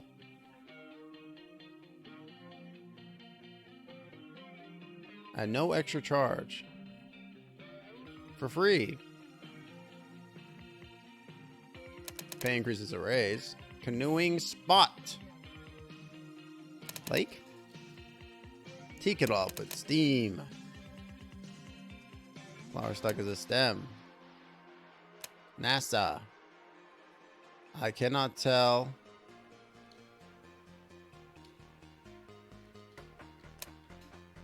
A lie. If at first you don't succeed. Utters. College transcript through PA. Apt. Good fortune, luck. Anna Karenina. I never read that book. Dressing ingredient.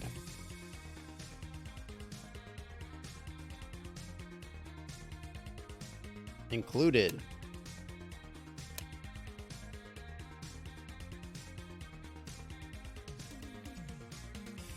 Ample. Moving on up. Dressing ingredient. Salad oil.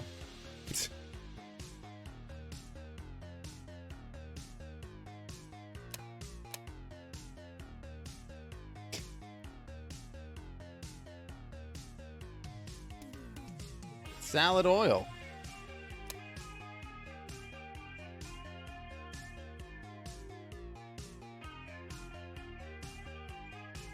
Small bill.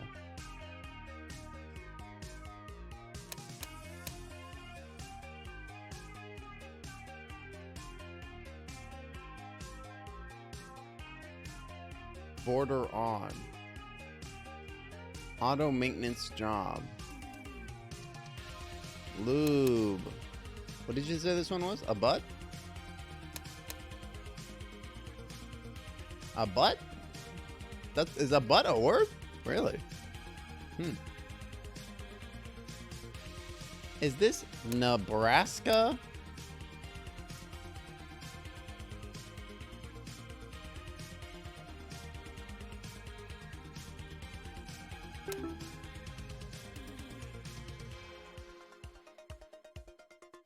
There's definitely something fucked up here.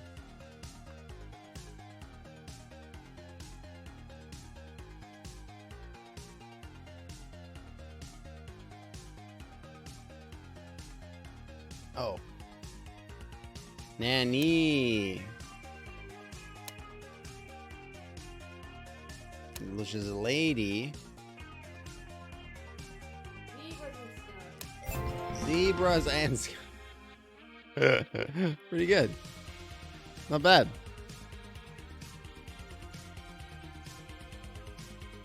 Not bad. Alright, let's do one more. Can I go back? Oh, too far back.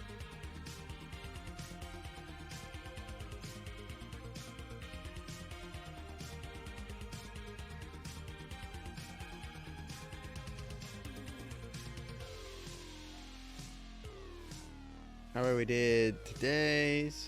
Did we do yesterday's? Oh, no, we did yesterday's too. Restaurant menu platter, chef. Oh.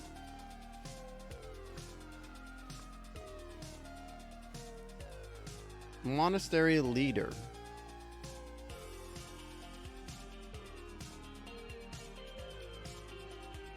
Night table light is a lamp. Hawaiian feast is a luau. Hunger 4. Peekaboo. Part of PTA.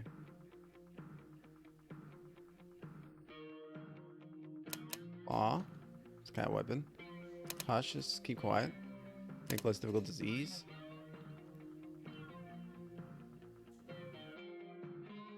What's an M? Part of the elbow and formerly funny bone. Takes the role of edges of hats or brims. On, skilled, and above.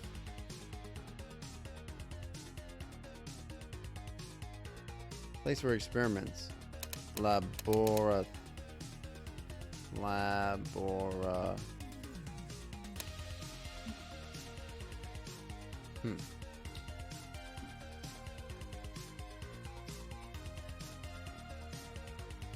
What if it's science, hard work, labor, BOAs, approximately about, moats, very fancy, wash, good one, and moment it came to play today. Floor washing tool is a mop.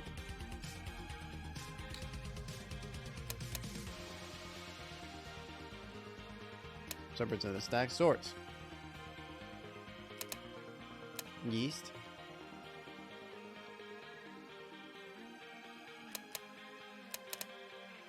Smart mouth. Nice.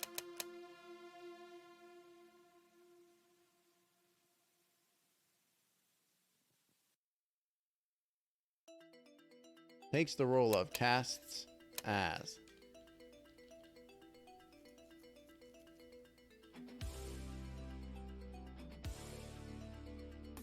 Maybe it's not. Because this is Abbott.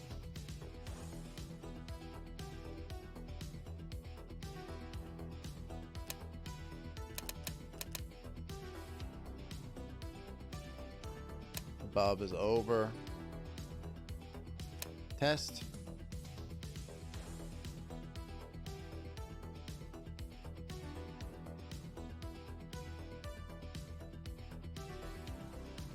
Bad at. Great. Acts as. Okay. Have a snack is eat. Uttered said. Frizzy hair does afro. Natural satellite is the moon. What?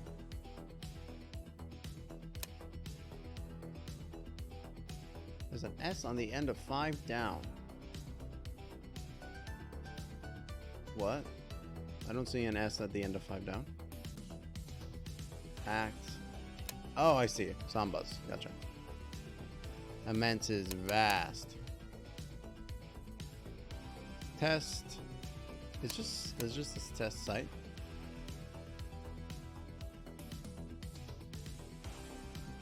Puncher is false.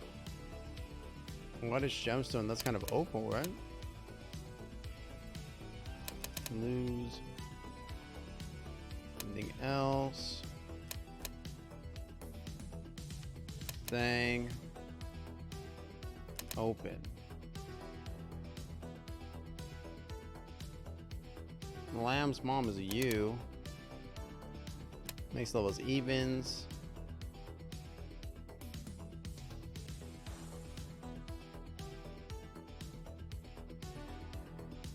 Elevate is a lift. The elf is an auto assistant. Music tempo is a beat. Fish hook attachment is a bait. Palm to a chair is sat. Old Testament song. Hymn.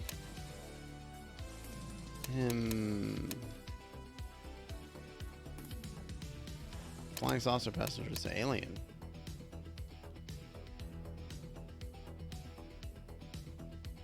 Seasonally grab. Midterm or final test. Pride.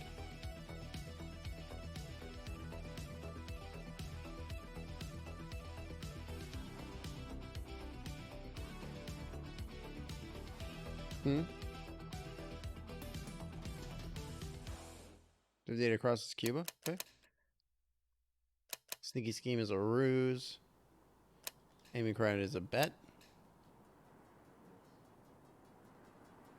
Male choir voice. Bass. Bass.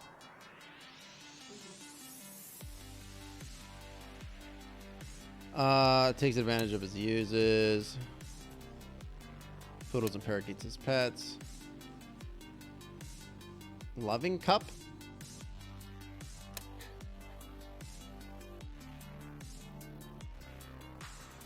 Oh, it's supposed to be you. Twinge.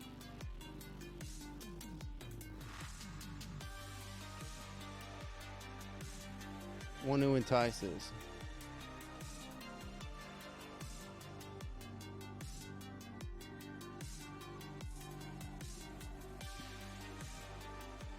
Air Force Outpost. It's a base.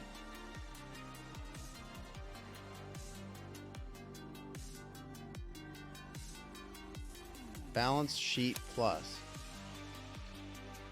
That's asset, right?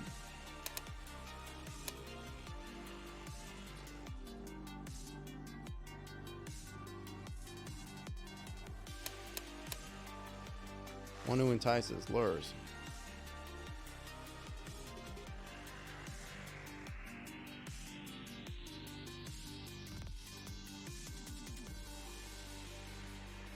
Okay, so him is incorrect because this is slow-mo.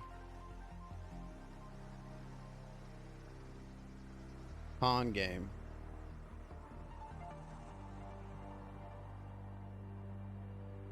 Jingle Riders. Rattler or Cobra. Snake? Tail?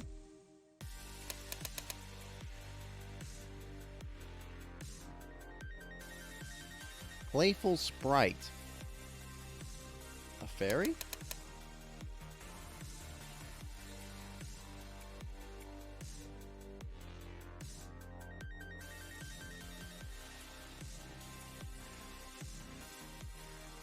The toll road could be a pike, right?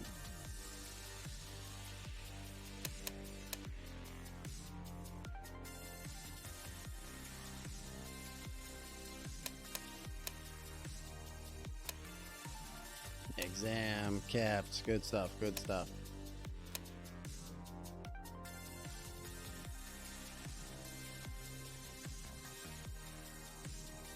High school student is a teen. Pixie, good one. Which makes us a psalm. Oop. Psalm.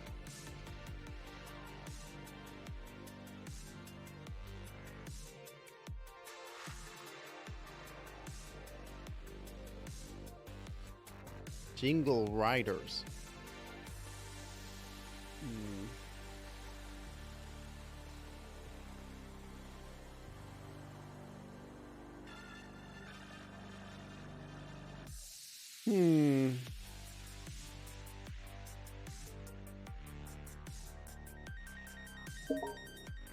Nice too. Could be it.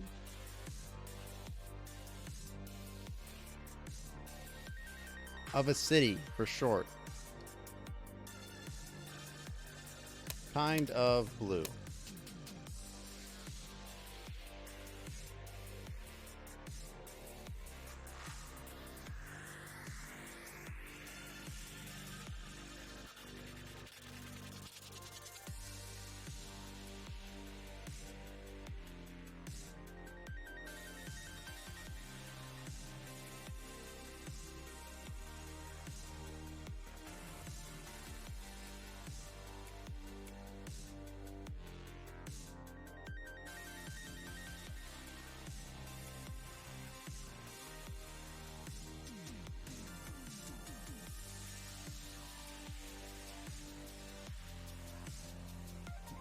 Can't be alums.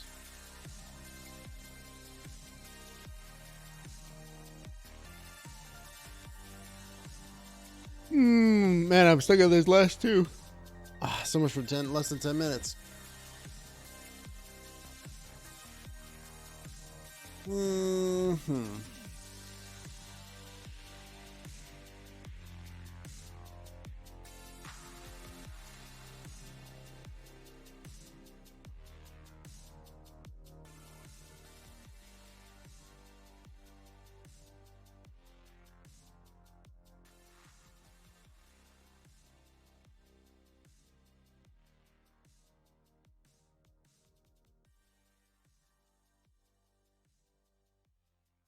Is this A-list?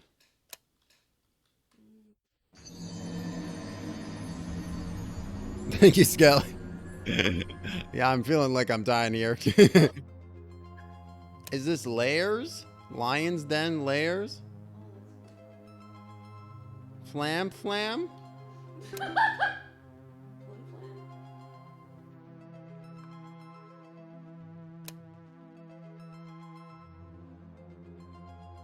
I have no idea. This is silly.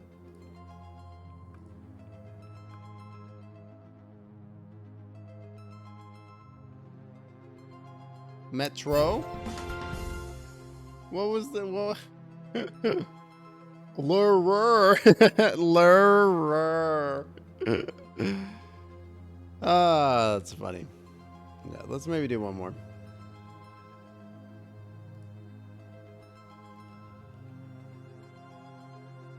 Let's really make sure my brain is just nice and jellified before we do whatever next. I want it pouring out of my fucking ears. All right. Carpentry material. That's wood.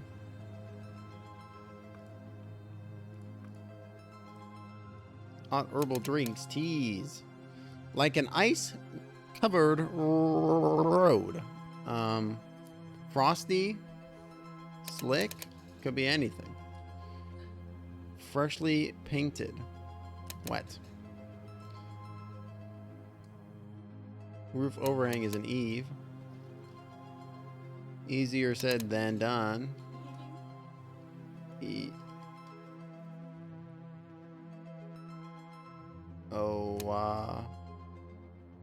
Who? Like that? Yeah, it's Eevee. Don't you have an Eevee on your roof? That was like Ulysses S. Grant, right? Joke around with tease. It is funny.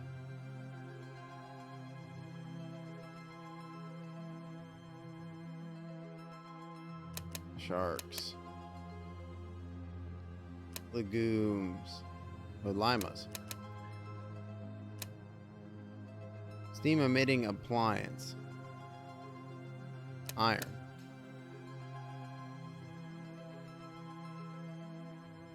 Scent.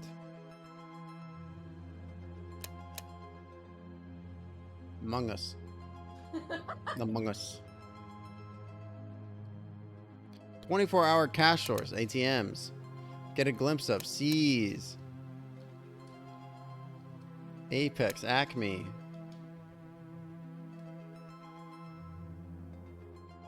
The rural juror, 18 across, is just Apex.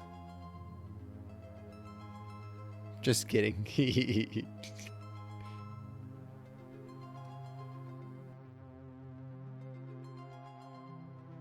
Wade noisily. Slogs. Allow let. It gives thumbs up to okays. Egypt's capital, Cairo. Game with kings and pawns, chess. Cat or dog pet. Crouch in fear.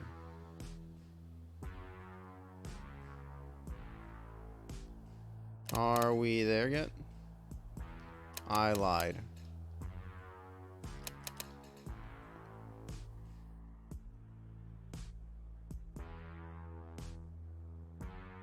%, all.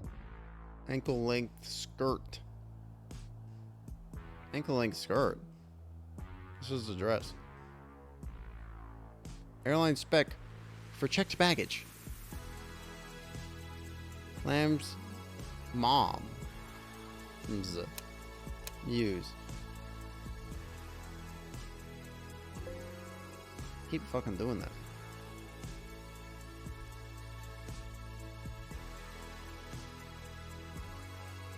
School quarters halls. K follower. L. Go slow.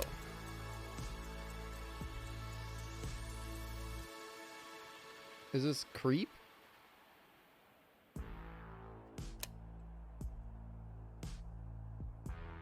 Rags, good one. Hair on a horse's neck, that's their main. Motorist org. Is that just AAA? Squander is waste.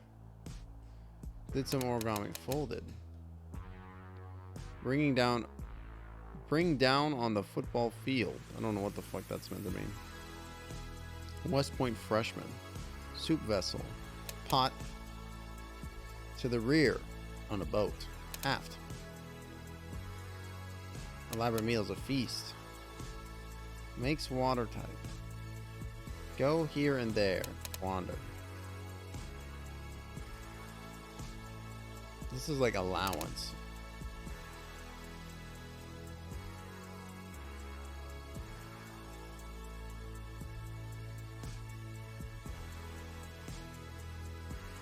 Panda.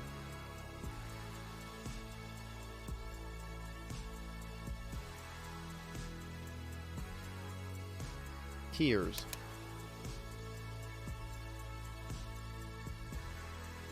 Seals. Maxi? The fuck? Good friend, pal. Color sent the suit red.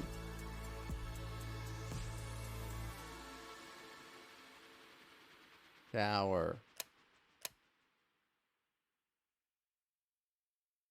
More oar legs.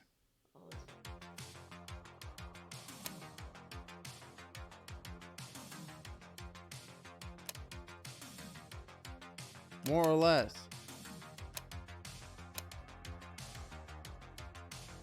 St. Pete? I don't know. Woodwind instrument, that's always oboe. Graph paper pattern. It's grid. Make less difficult to ease. College housing is dorm.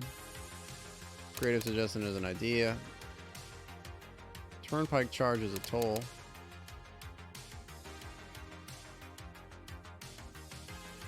Applied oiled to. It's earned toward a degree. College. Credit.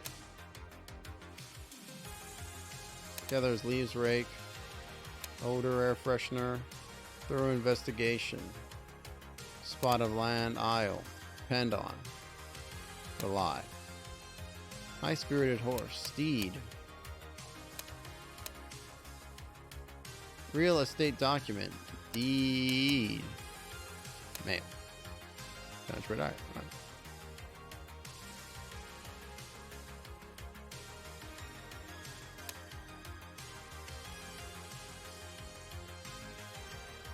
And so on.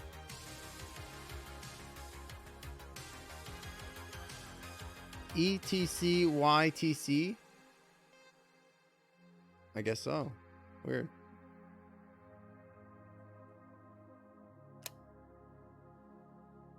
Oh, okay. That makes sense.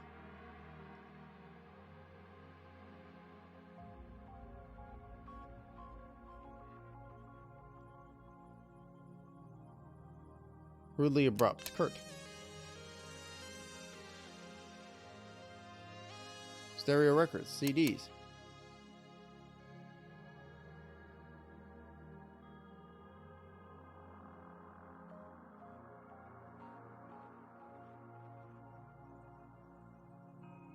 Maybe it's not CDs.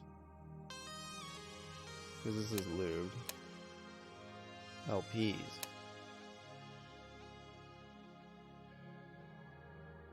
Roll? No, what's plel?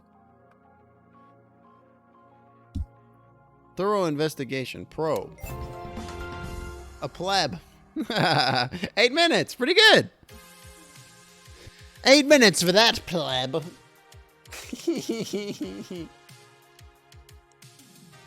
Not bad. Not bad. All right.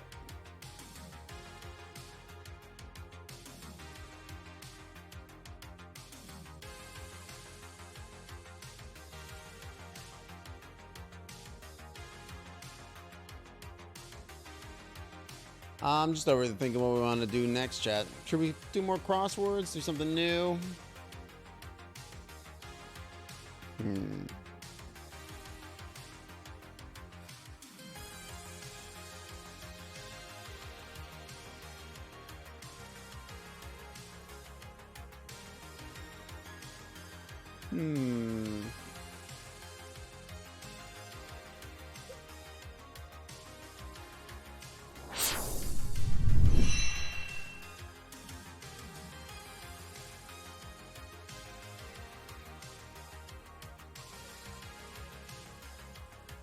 Did you just say Dicey Dungeon, Gold Moon?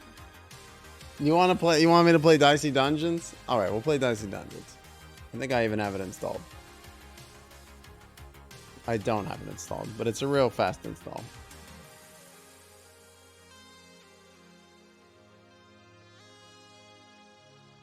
Just for the music?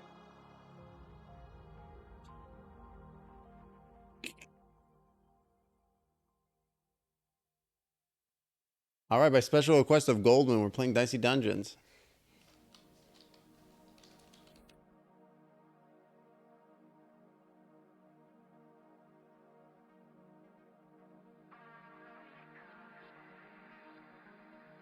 Done. All right, we're just waiting for it to download. It's almost done. And then I think we'll play this for the last half an hour of the stream.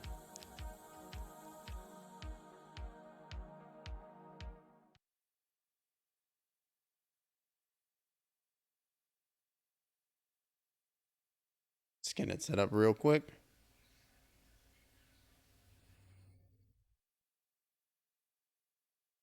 Oh, really?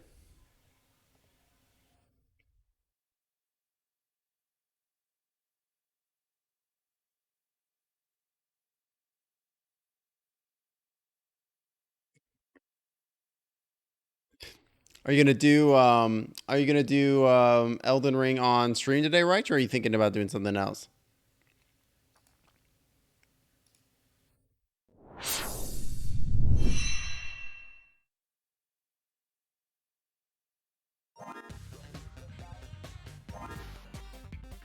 Let's just start with the warrior, I think.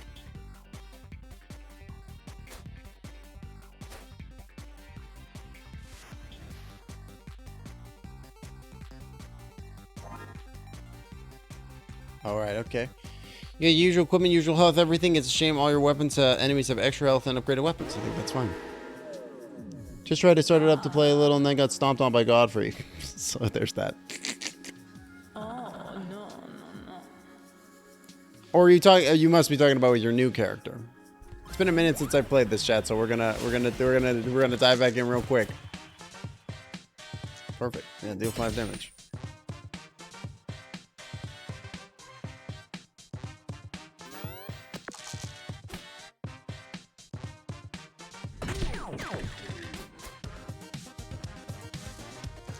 Reroll that one.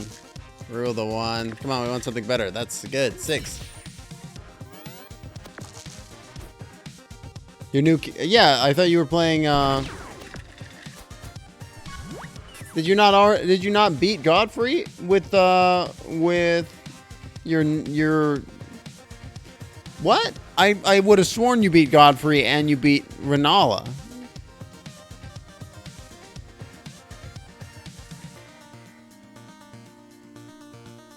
Then you have the one bandit character, and then you also have the one holy character, right?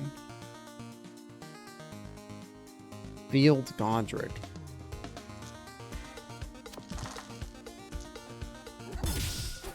I'm sorry, I'm lost. Are you talking about Margit? You're talking about Margit, right? Or are you talking about the Everjail? What are we talking about? Found a staff. Great. Take it. Yeah.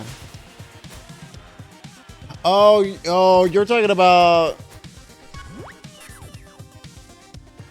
Are you talking about Godfrey or are you talking about Godfroy? Are you going into an Everjail?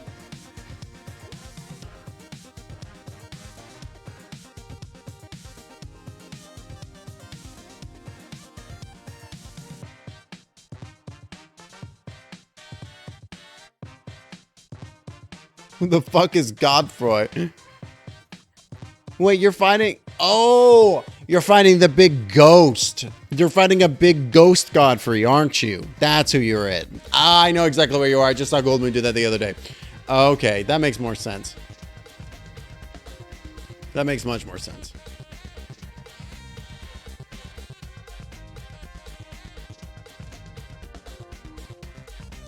We're going to try to go for the 6.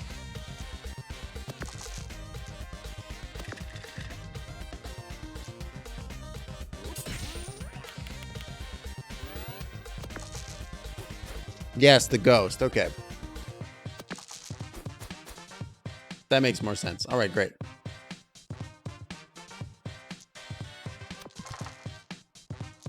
So we're going to go ahead and get that. He's a slime ice cream cone.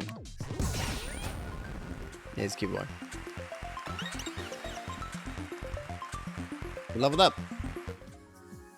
So basically, Chad, the way that this works is we're cute little dice, and we are rolling our die and trying to fill up our different things. This character is actually like the easiest character. So basically we have these 6 different dice and we put them into different things, right? So for here, we can do the sword, right? And we can use Fury, so it'll double our next action. So this will do 6 and then twice, so that'll do 12. Then we're going to re-roll this to get a little bit of a higher number. That'll do. So now, so this has an 8. So when you put these numbers into it, it ticks down. And then when it ticks down to 0, the effect activates. So the burn, that proc the burn. So it did a bit of damage, and now he's burned. So he's going to take an extra 2 points of damage too. And it's going to cost him 2 life to use this die.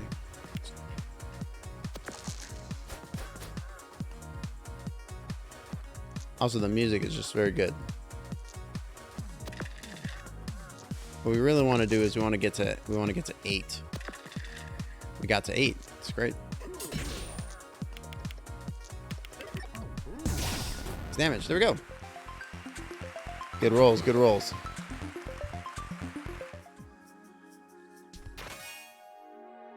Ooh, bump. +1 dice value. It's good. Sticky hand suit is annoying.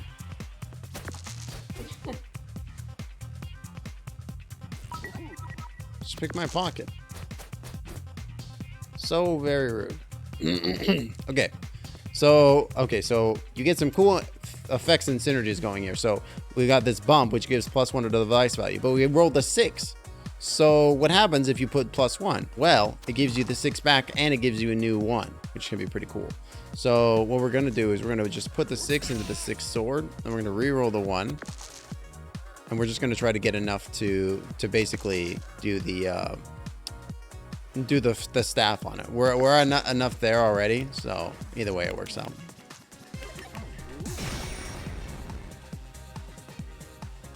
But yeah, I'm curious how that run to Godfrey one does well, considering he's like a little far away. He's not like at the very beginning. It took you a long time. I mean, terrible rolls.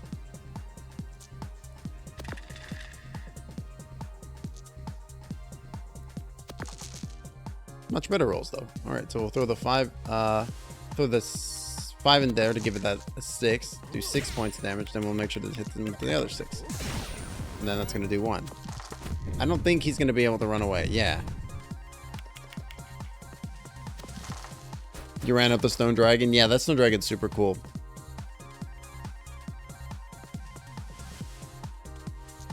Hit him. Let's go. All right. Leveled up again. Deal 2 times damage to an enemy, but deal damage to yourself. I think we'll go with the shield. Then we'll fight Stereo Head.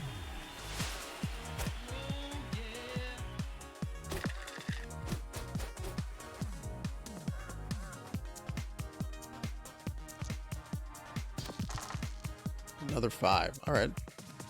Well, I mean, we'll keep rolling the 5 because, oh, that's perfect. Then we'll get the 6 here. It gives me the 1. We'll roll this again.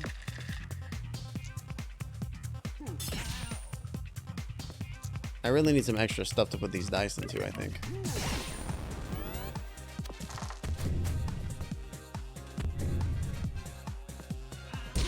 Oh, the weaken is going to be real annoying, though.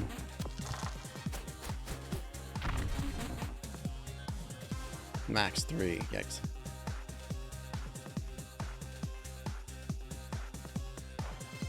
I'm going to reroll the 2. I'm going to reroll the 1.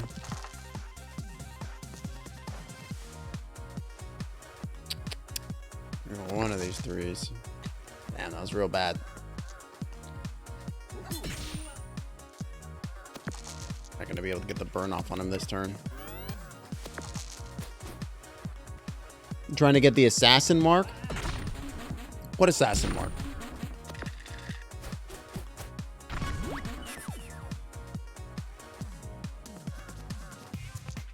Hit him with the 5.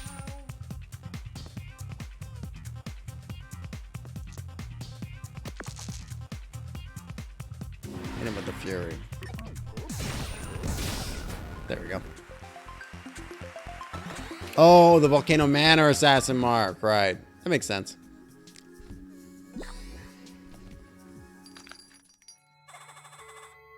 That's true. They don't expire.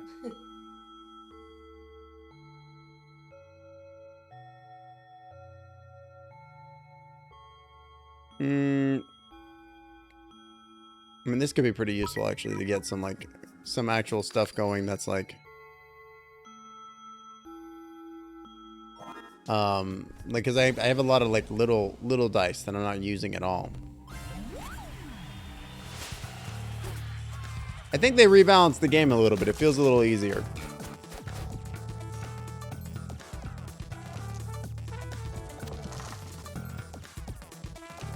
All right, well.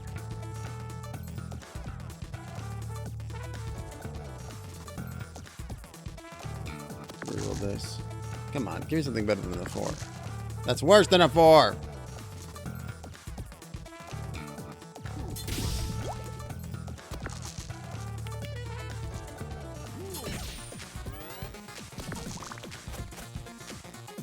You're right there.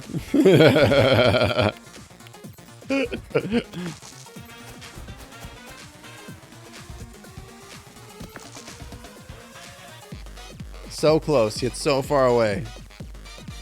And meanwhile, Righteous over here like, let me in! Let me in! Wow. All this stuff's very good, except for the fact that I can't really use very much of it, but whatever. Oh, she's strong against poison anyway, so... Oh, damn. She just healed a little bit.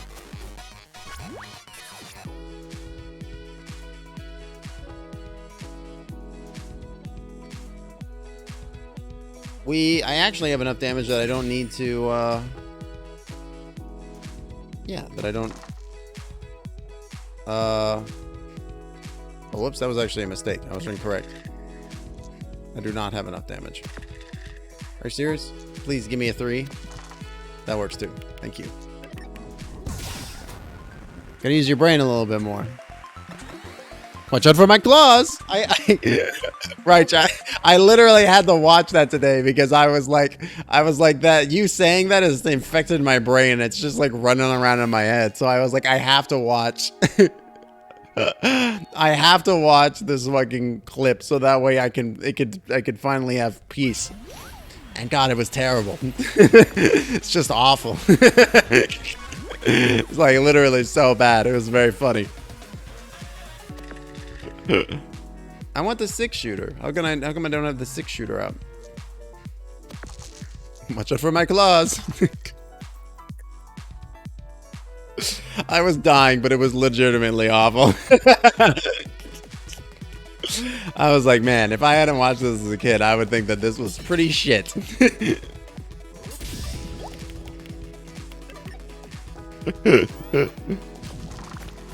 I did do the assassination marks.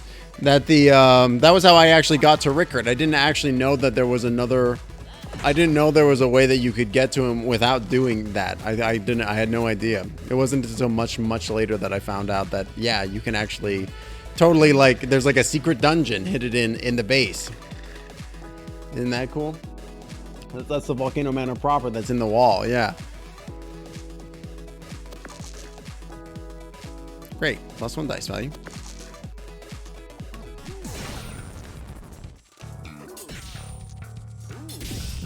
Poison that motherfucker. Well, it starts with the bit starts with like a dude who's absolutely freaking the fuck out, showing up to the store and just like literally having a conniption, like a mental breakdown in front of them. So it was already like pretty inherently heavy, and I was like, wow. I was just like, wow. Level up. Extra die. Sweet. Alright, so let's look at equipment. Oh, okay, cool. I have stuff that I'm not using. The bump is useful. The staff is okay.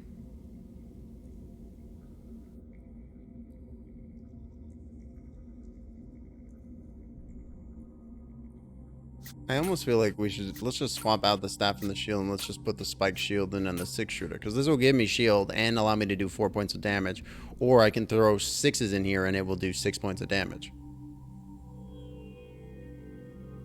But how's that different than that then?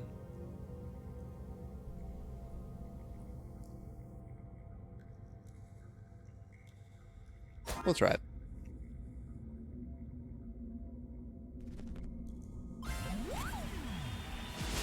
That was what was funny when we were kids. Yeah, this man looks possessed. I know, right? It looks like that's what I'm saying, dude. That man is falling upon hard times, dog. Like, we're gonna go ahead and throw that in there. We'll reroll the 1. Except we'll reroll the 1. We'll reroll the 2. Deal 3 points.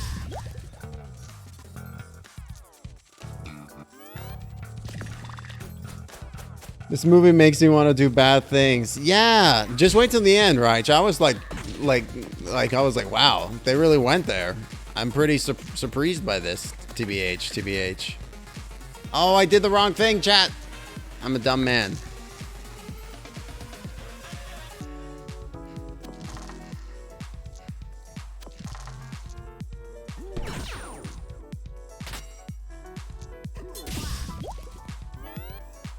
I could add more. I could have done more that turn. I left it on the table.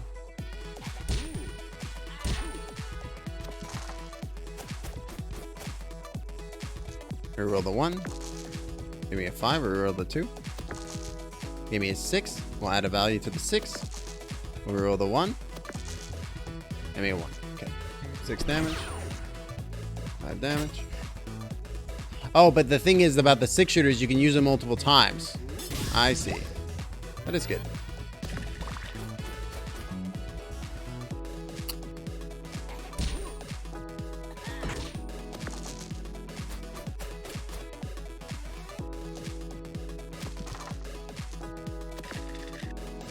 You know, vaguely I do remember there were parts in the Amanda show that were like pretty fucked up.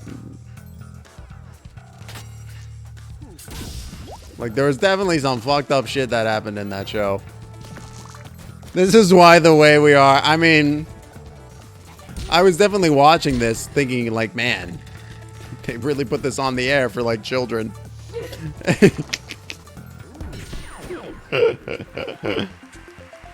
Think you're so great, but you're not. Rocks are great, and that's what you're gonna get. Fuck you, bully. Go back to your Rockstar video game, you punk ass.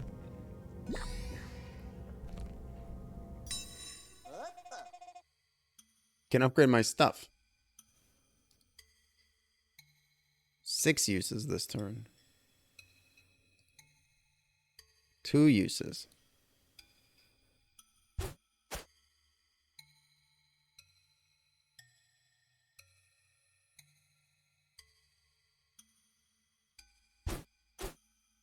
I think I'm going to upgrade the bump to have it be able to do multiple times. That seems very good. And my eyeballs. Oh,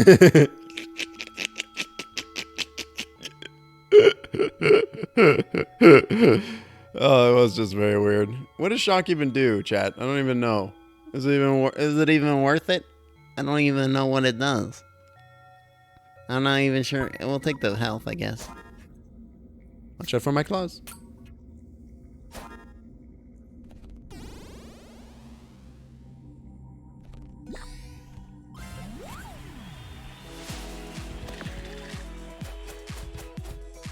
I mean, but let's be honest. If that dude didn't want... Oh, I fucked it up already.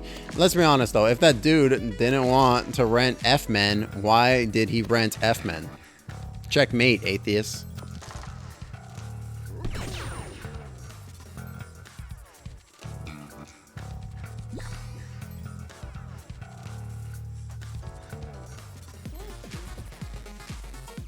I know, he's a sweet boy. I don't want to hurt him. Give me a little bit of shieldy.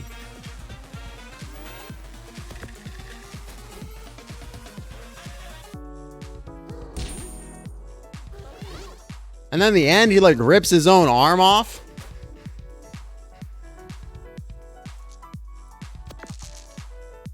And just like, fuck, that man just ripped his own arm off.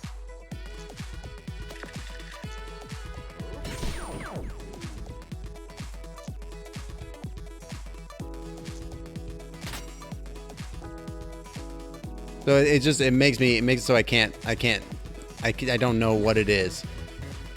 It's just like a question mark, basically.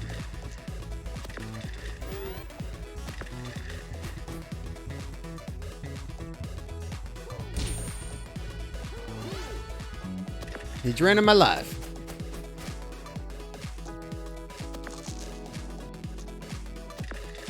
Oh, it just makes it a question mark. Needs a 6.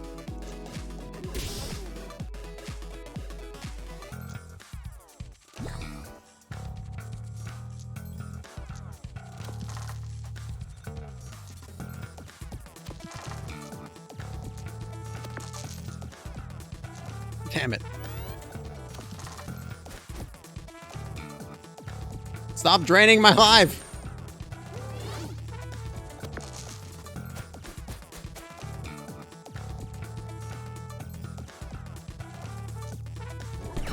Hey, that 6-shooter worked.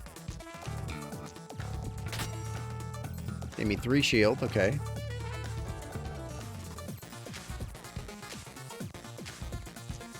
We'll re-roll this just on the off chance, okay.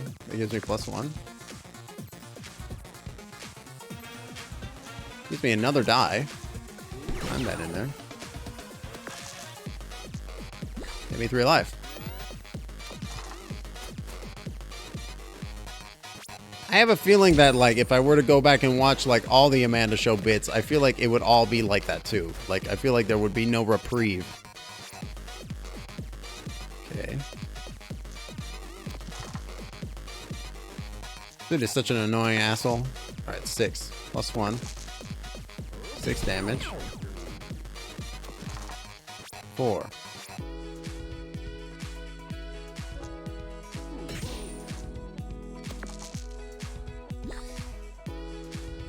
Oh, I just fucked it up. I just goofed it up, chat.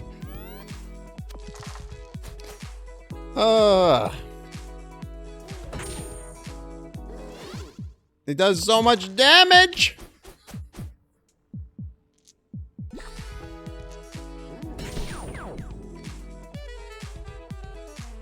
Shoot this punk ass. Jesus Christ. No wonder I was screaming constantly. Who can even blame you? A loud bird. Oh, I'm dead, dude. This loud bird fucks me up every time. He's so loud! He's so bird. Alright. Reroll this one. Alright. I mean, I don't need 2 4s. 6 is good. Add 1 to the 6. Add 1. No, I don't need that many 1s.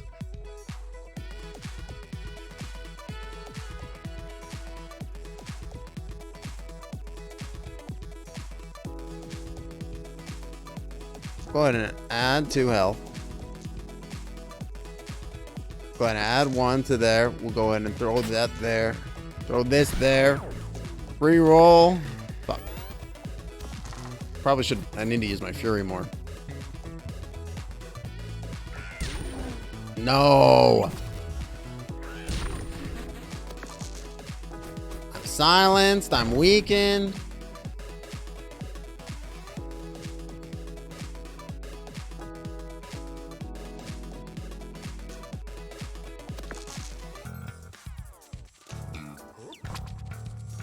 Oh, what? He had a blocker up? That fucking piece of shit.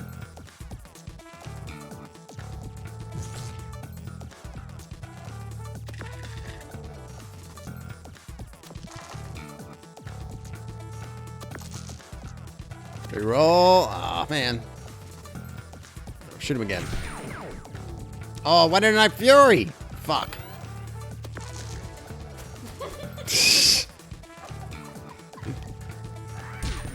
My God, with the silence.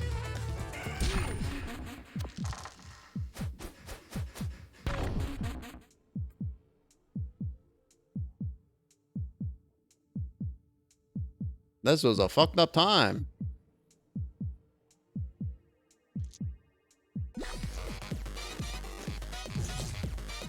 Just like as soon as the music comes back, yeah, fucking, let's go. Oh. First one missed, but the second one hit. Are you serious? How come he keeps getting doubles, Chad? This is ridiculous. That did 8 points of damage on top of it. You freaking peas, dude.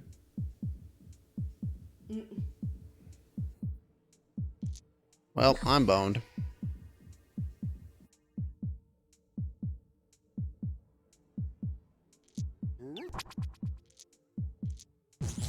Oh, he dodged the attack too anyways. Dude, I told you this lab bird, he fucks me up every time. It's gotten doubles every single time. Every single turn he got doubles this game. Are you shitting me? And we just got fucked up. All right, we're gonna do one more round, chat. This time we're gonna do the robot. Because I like the robot.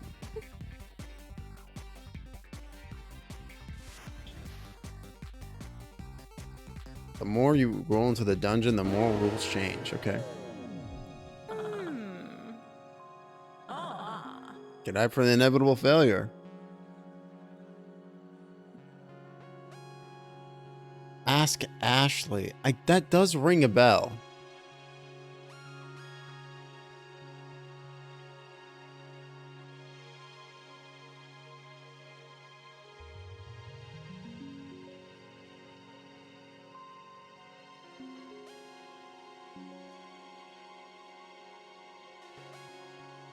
Let's see this. I do remember that there was like Amanda had a she had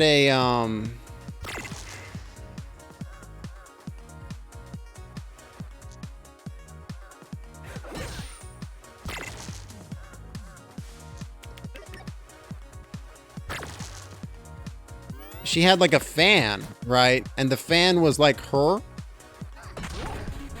Yeah. And so they could never be seen together.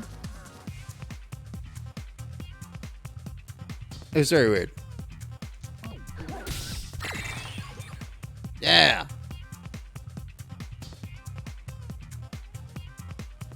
So, firebomb.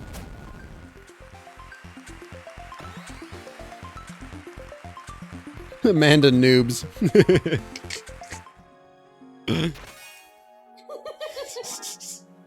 Rajki, does your smartphone autocorrect know something that we don't?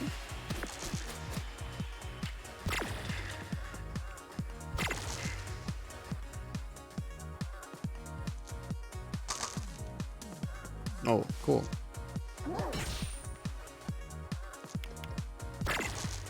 Damn.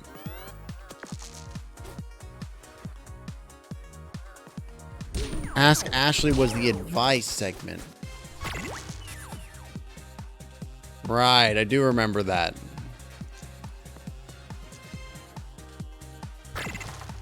Oh, I fucked it.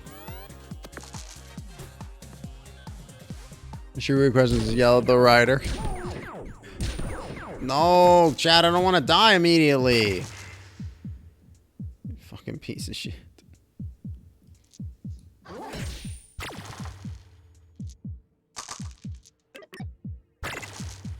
I'm dead, dude.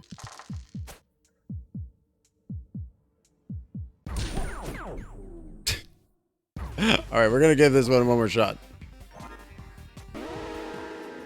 This might be the hardest mission for the robot, so I'm not expecting to win. I do like a good, like, you know, fake advice column. I do think that that's very funny. I like this.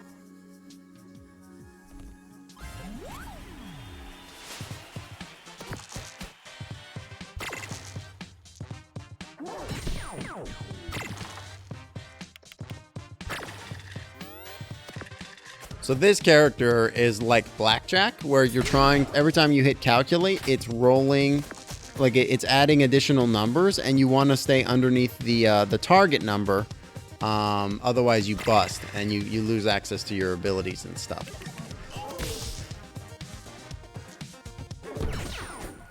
Nice.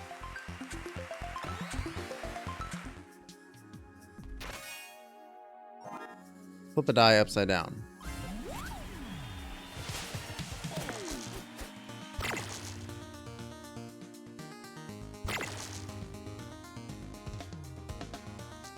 So we're going to go ahead and roll that. Which allows us to get a 5, which we'll flip.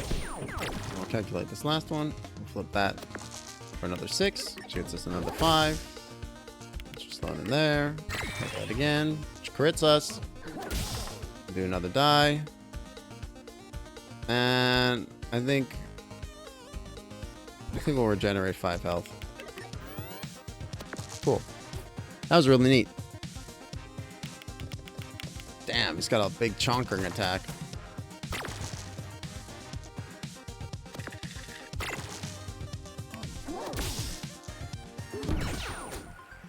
Go. All right, now we're moving along a little bit better, a little faster. Using any piece of equipment will reroll a random die, a different rule change chosen randomly. Let's just do a different rule change. Switch to you choose, you lose rules? I don't know what that means. Guess we're gonna find out.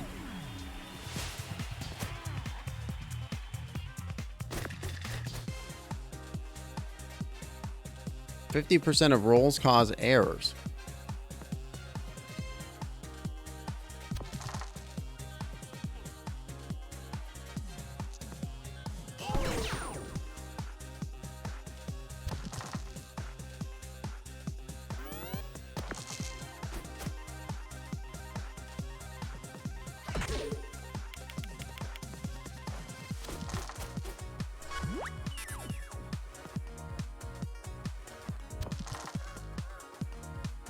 That sucks.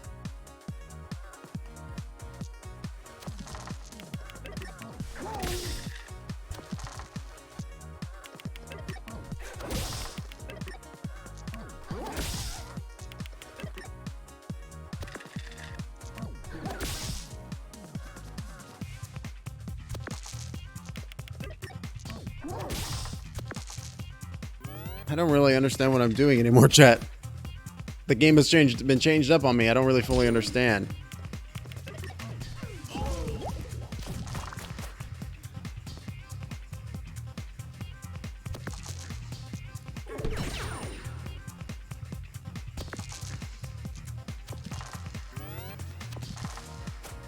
Keep running out of stuff too. They're hitting like trucks, dude. I just don't know what to do. And it keeps hitting me with the error too.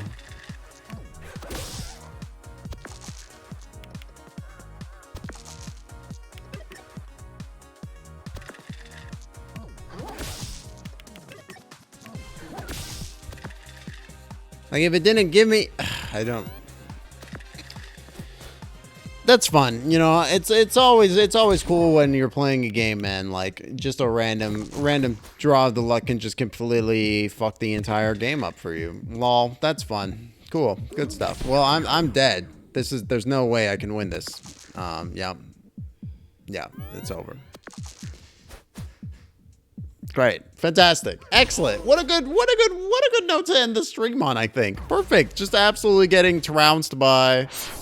Just absolutely getting trounced by the game. Perfect. Excellent. All right, everybody. On that auspicious note, suspicious.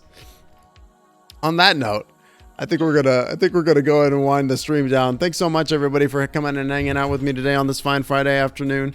I super appreciate all the lurkers, chatters, everybody hanging out with me today.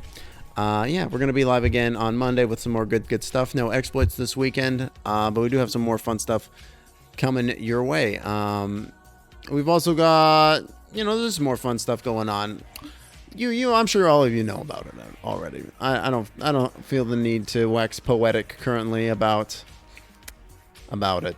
You know what's going on. You know what's going on. And if you want to be, you know, if you want to be in the loop, just come and get into the Discord. You know, I'm always talking about stuff going on in there. It's a good time. But until next stream, let's go ahead and send the raid on out. I think we're just gonna let's just go ahead and raid into Beep Salt.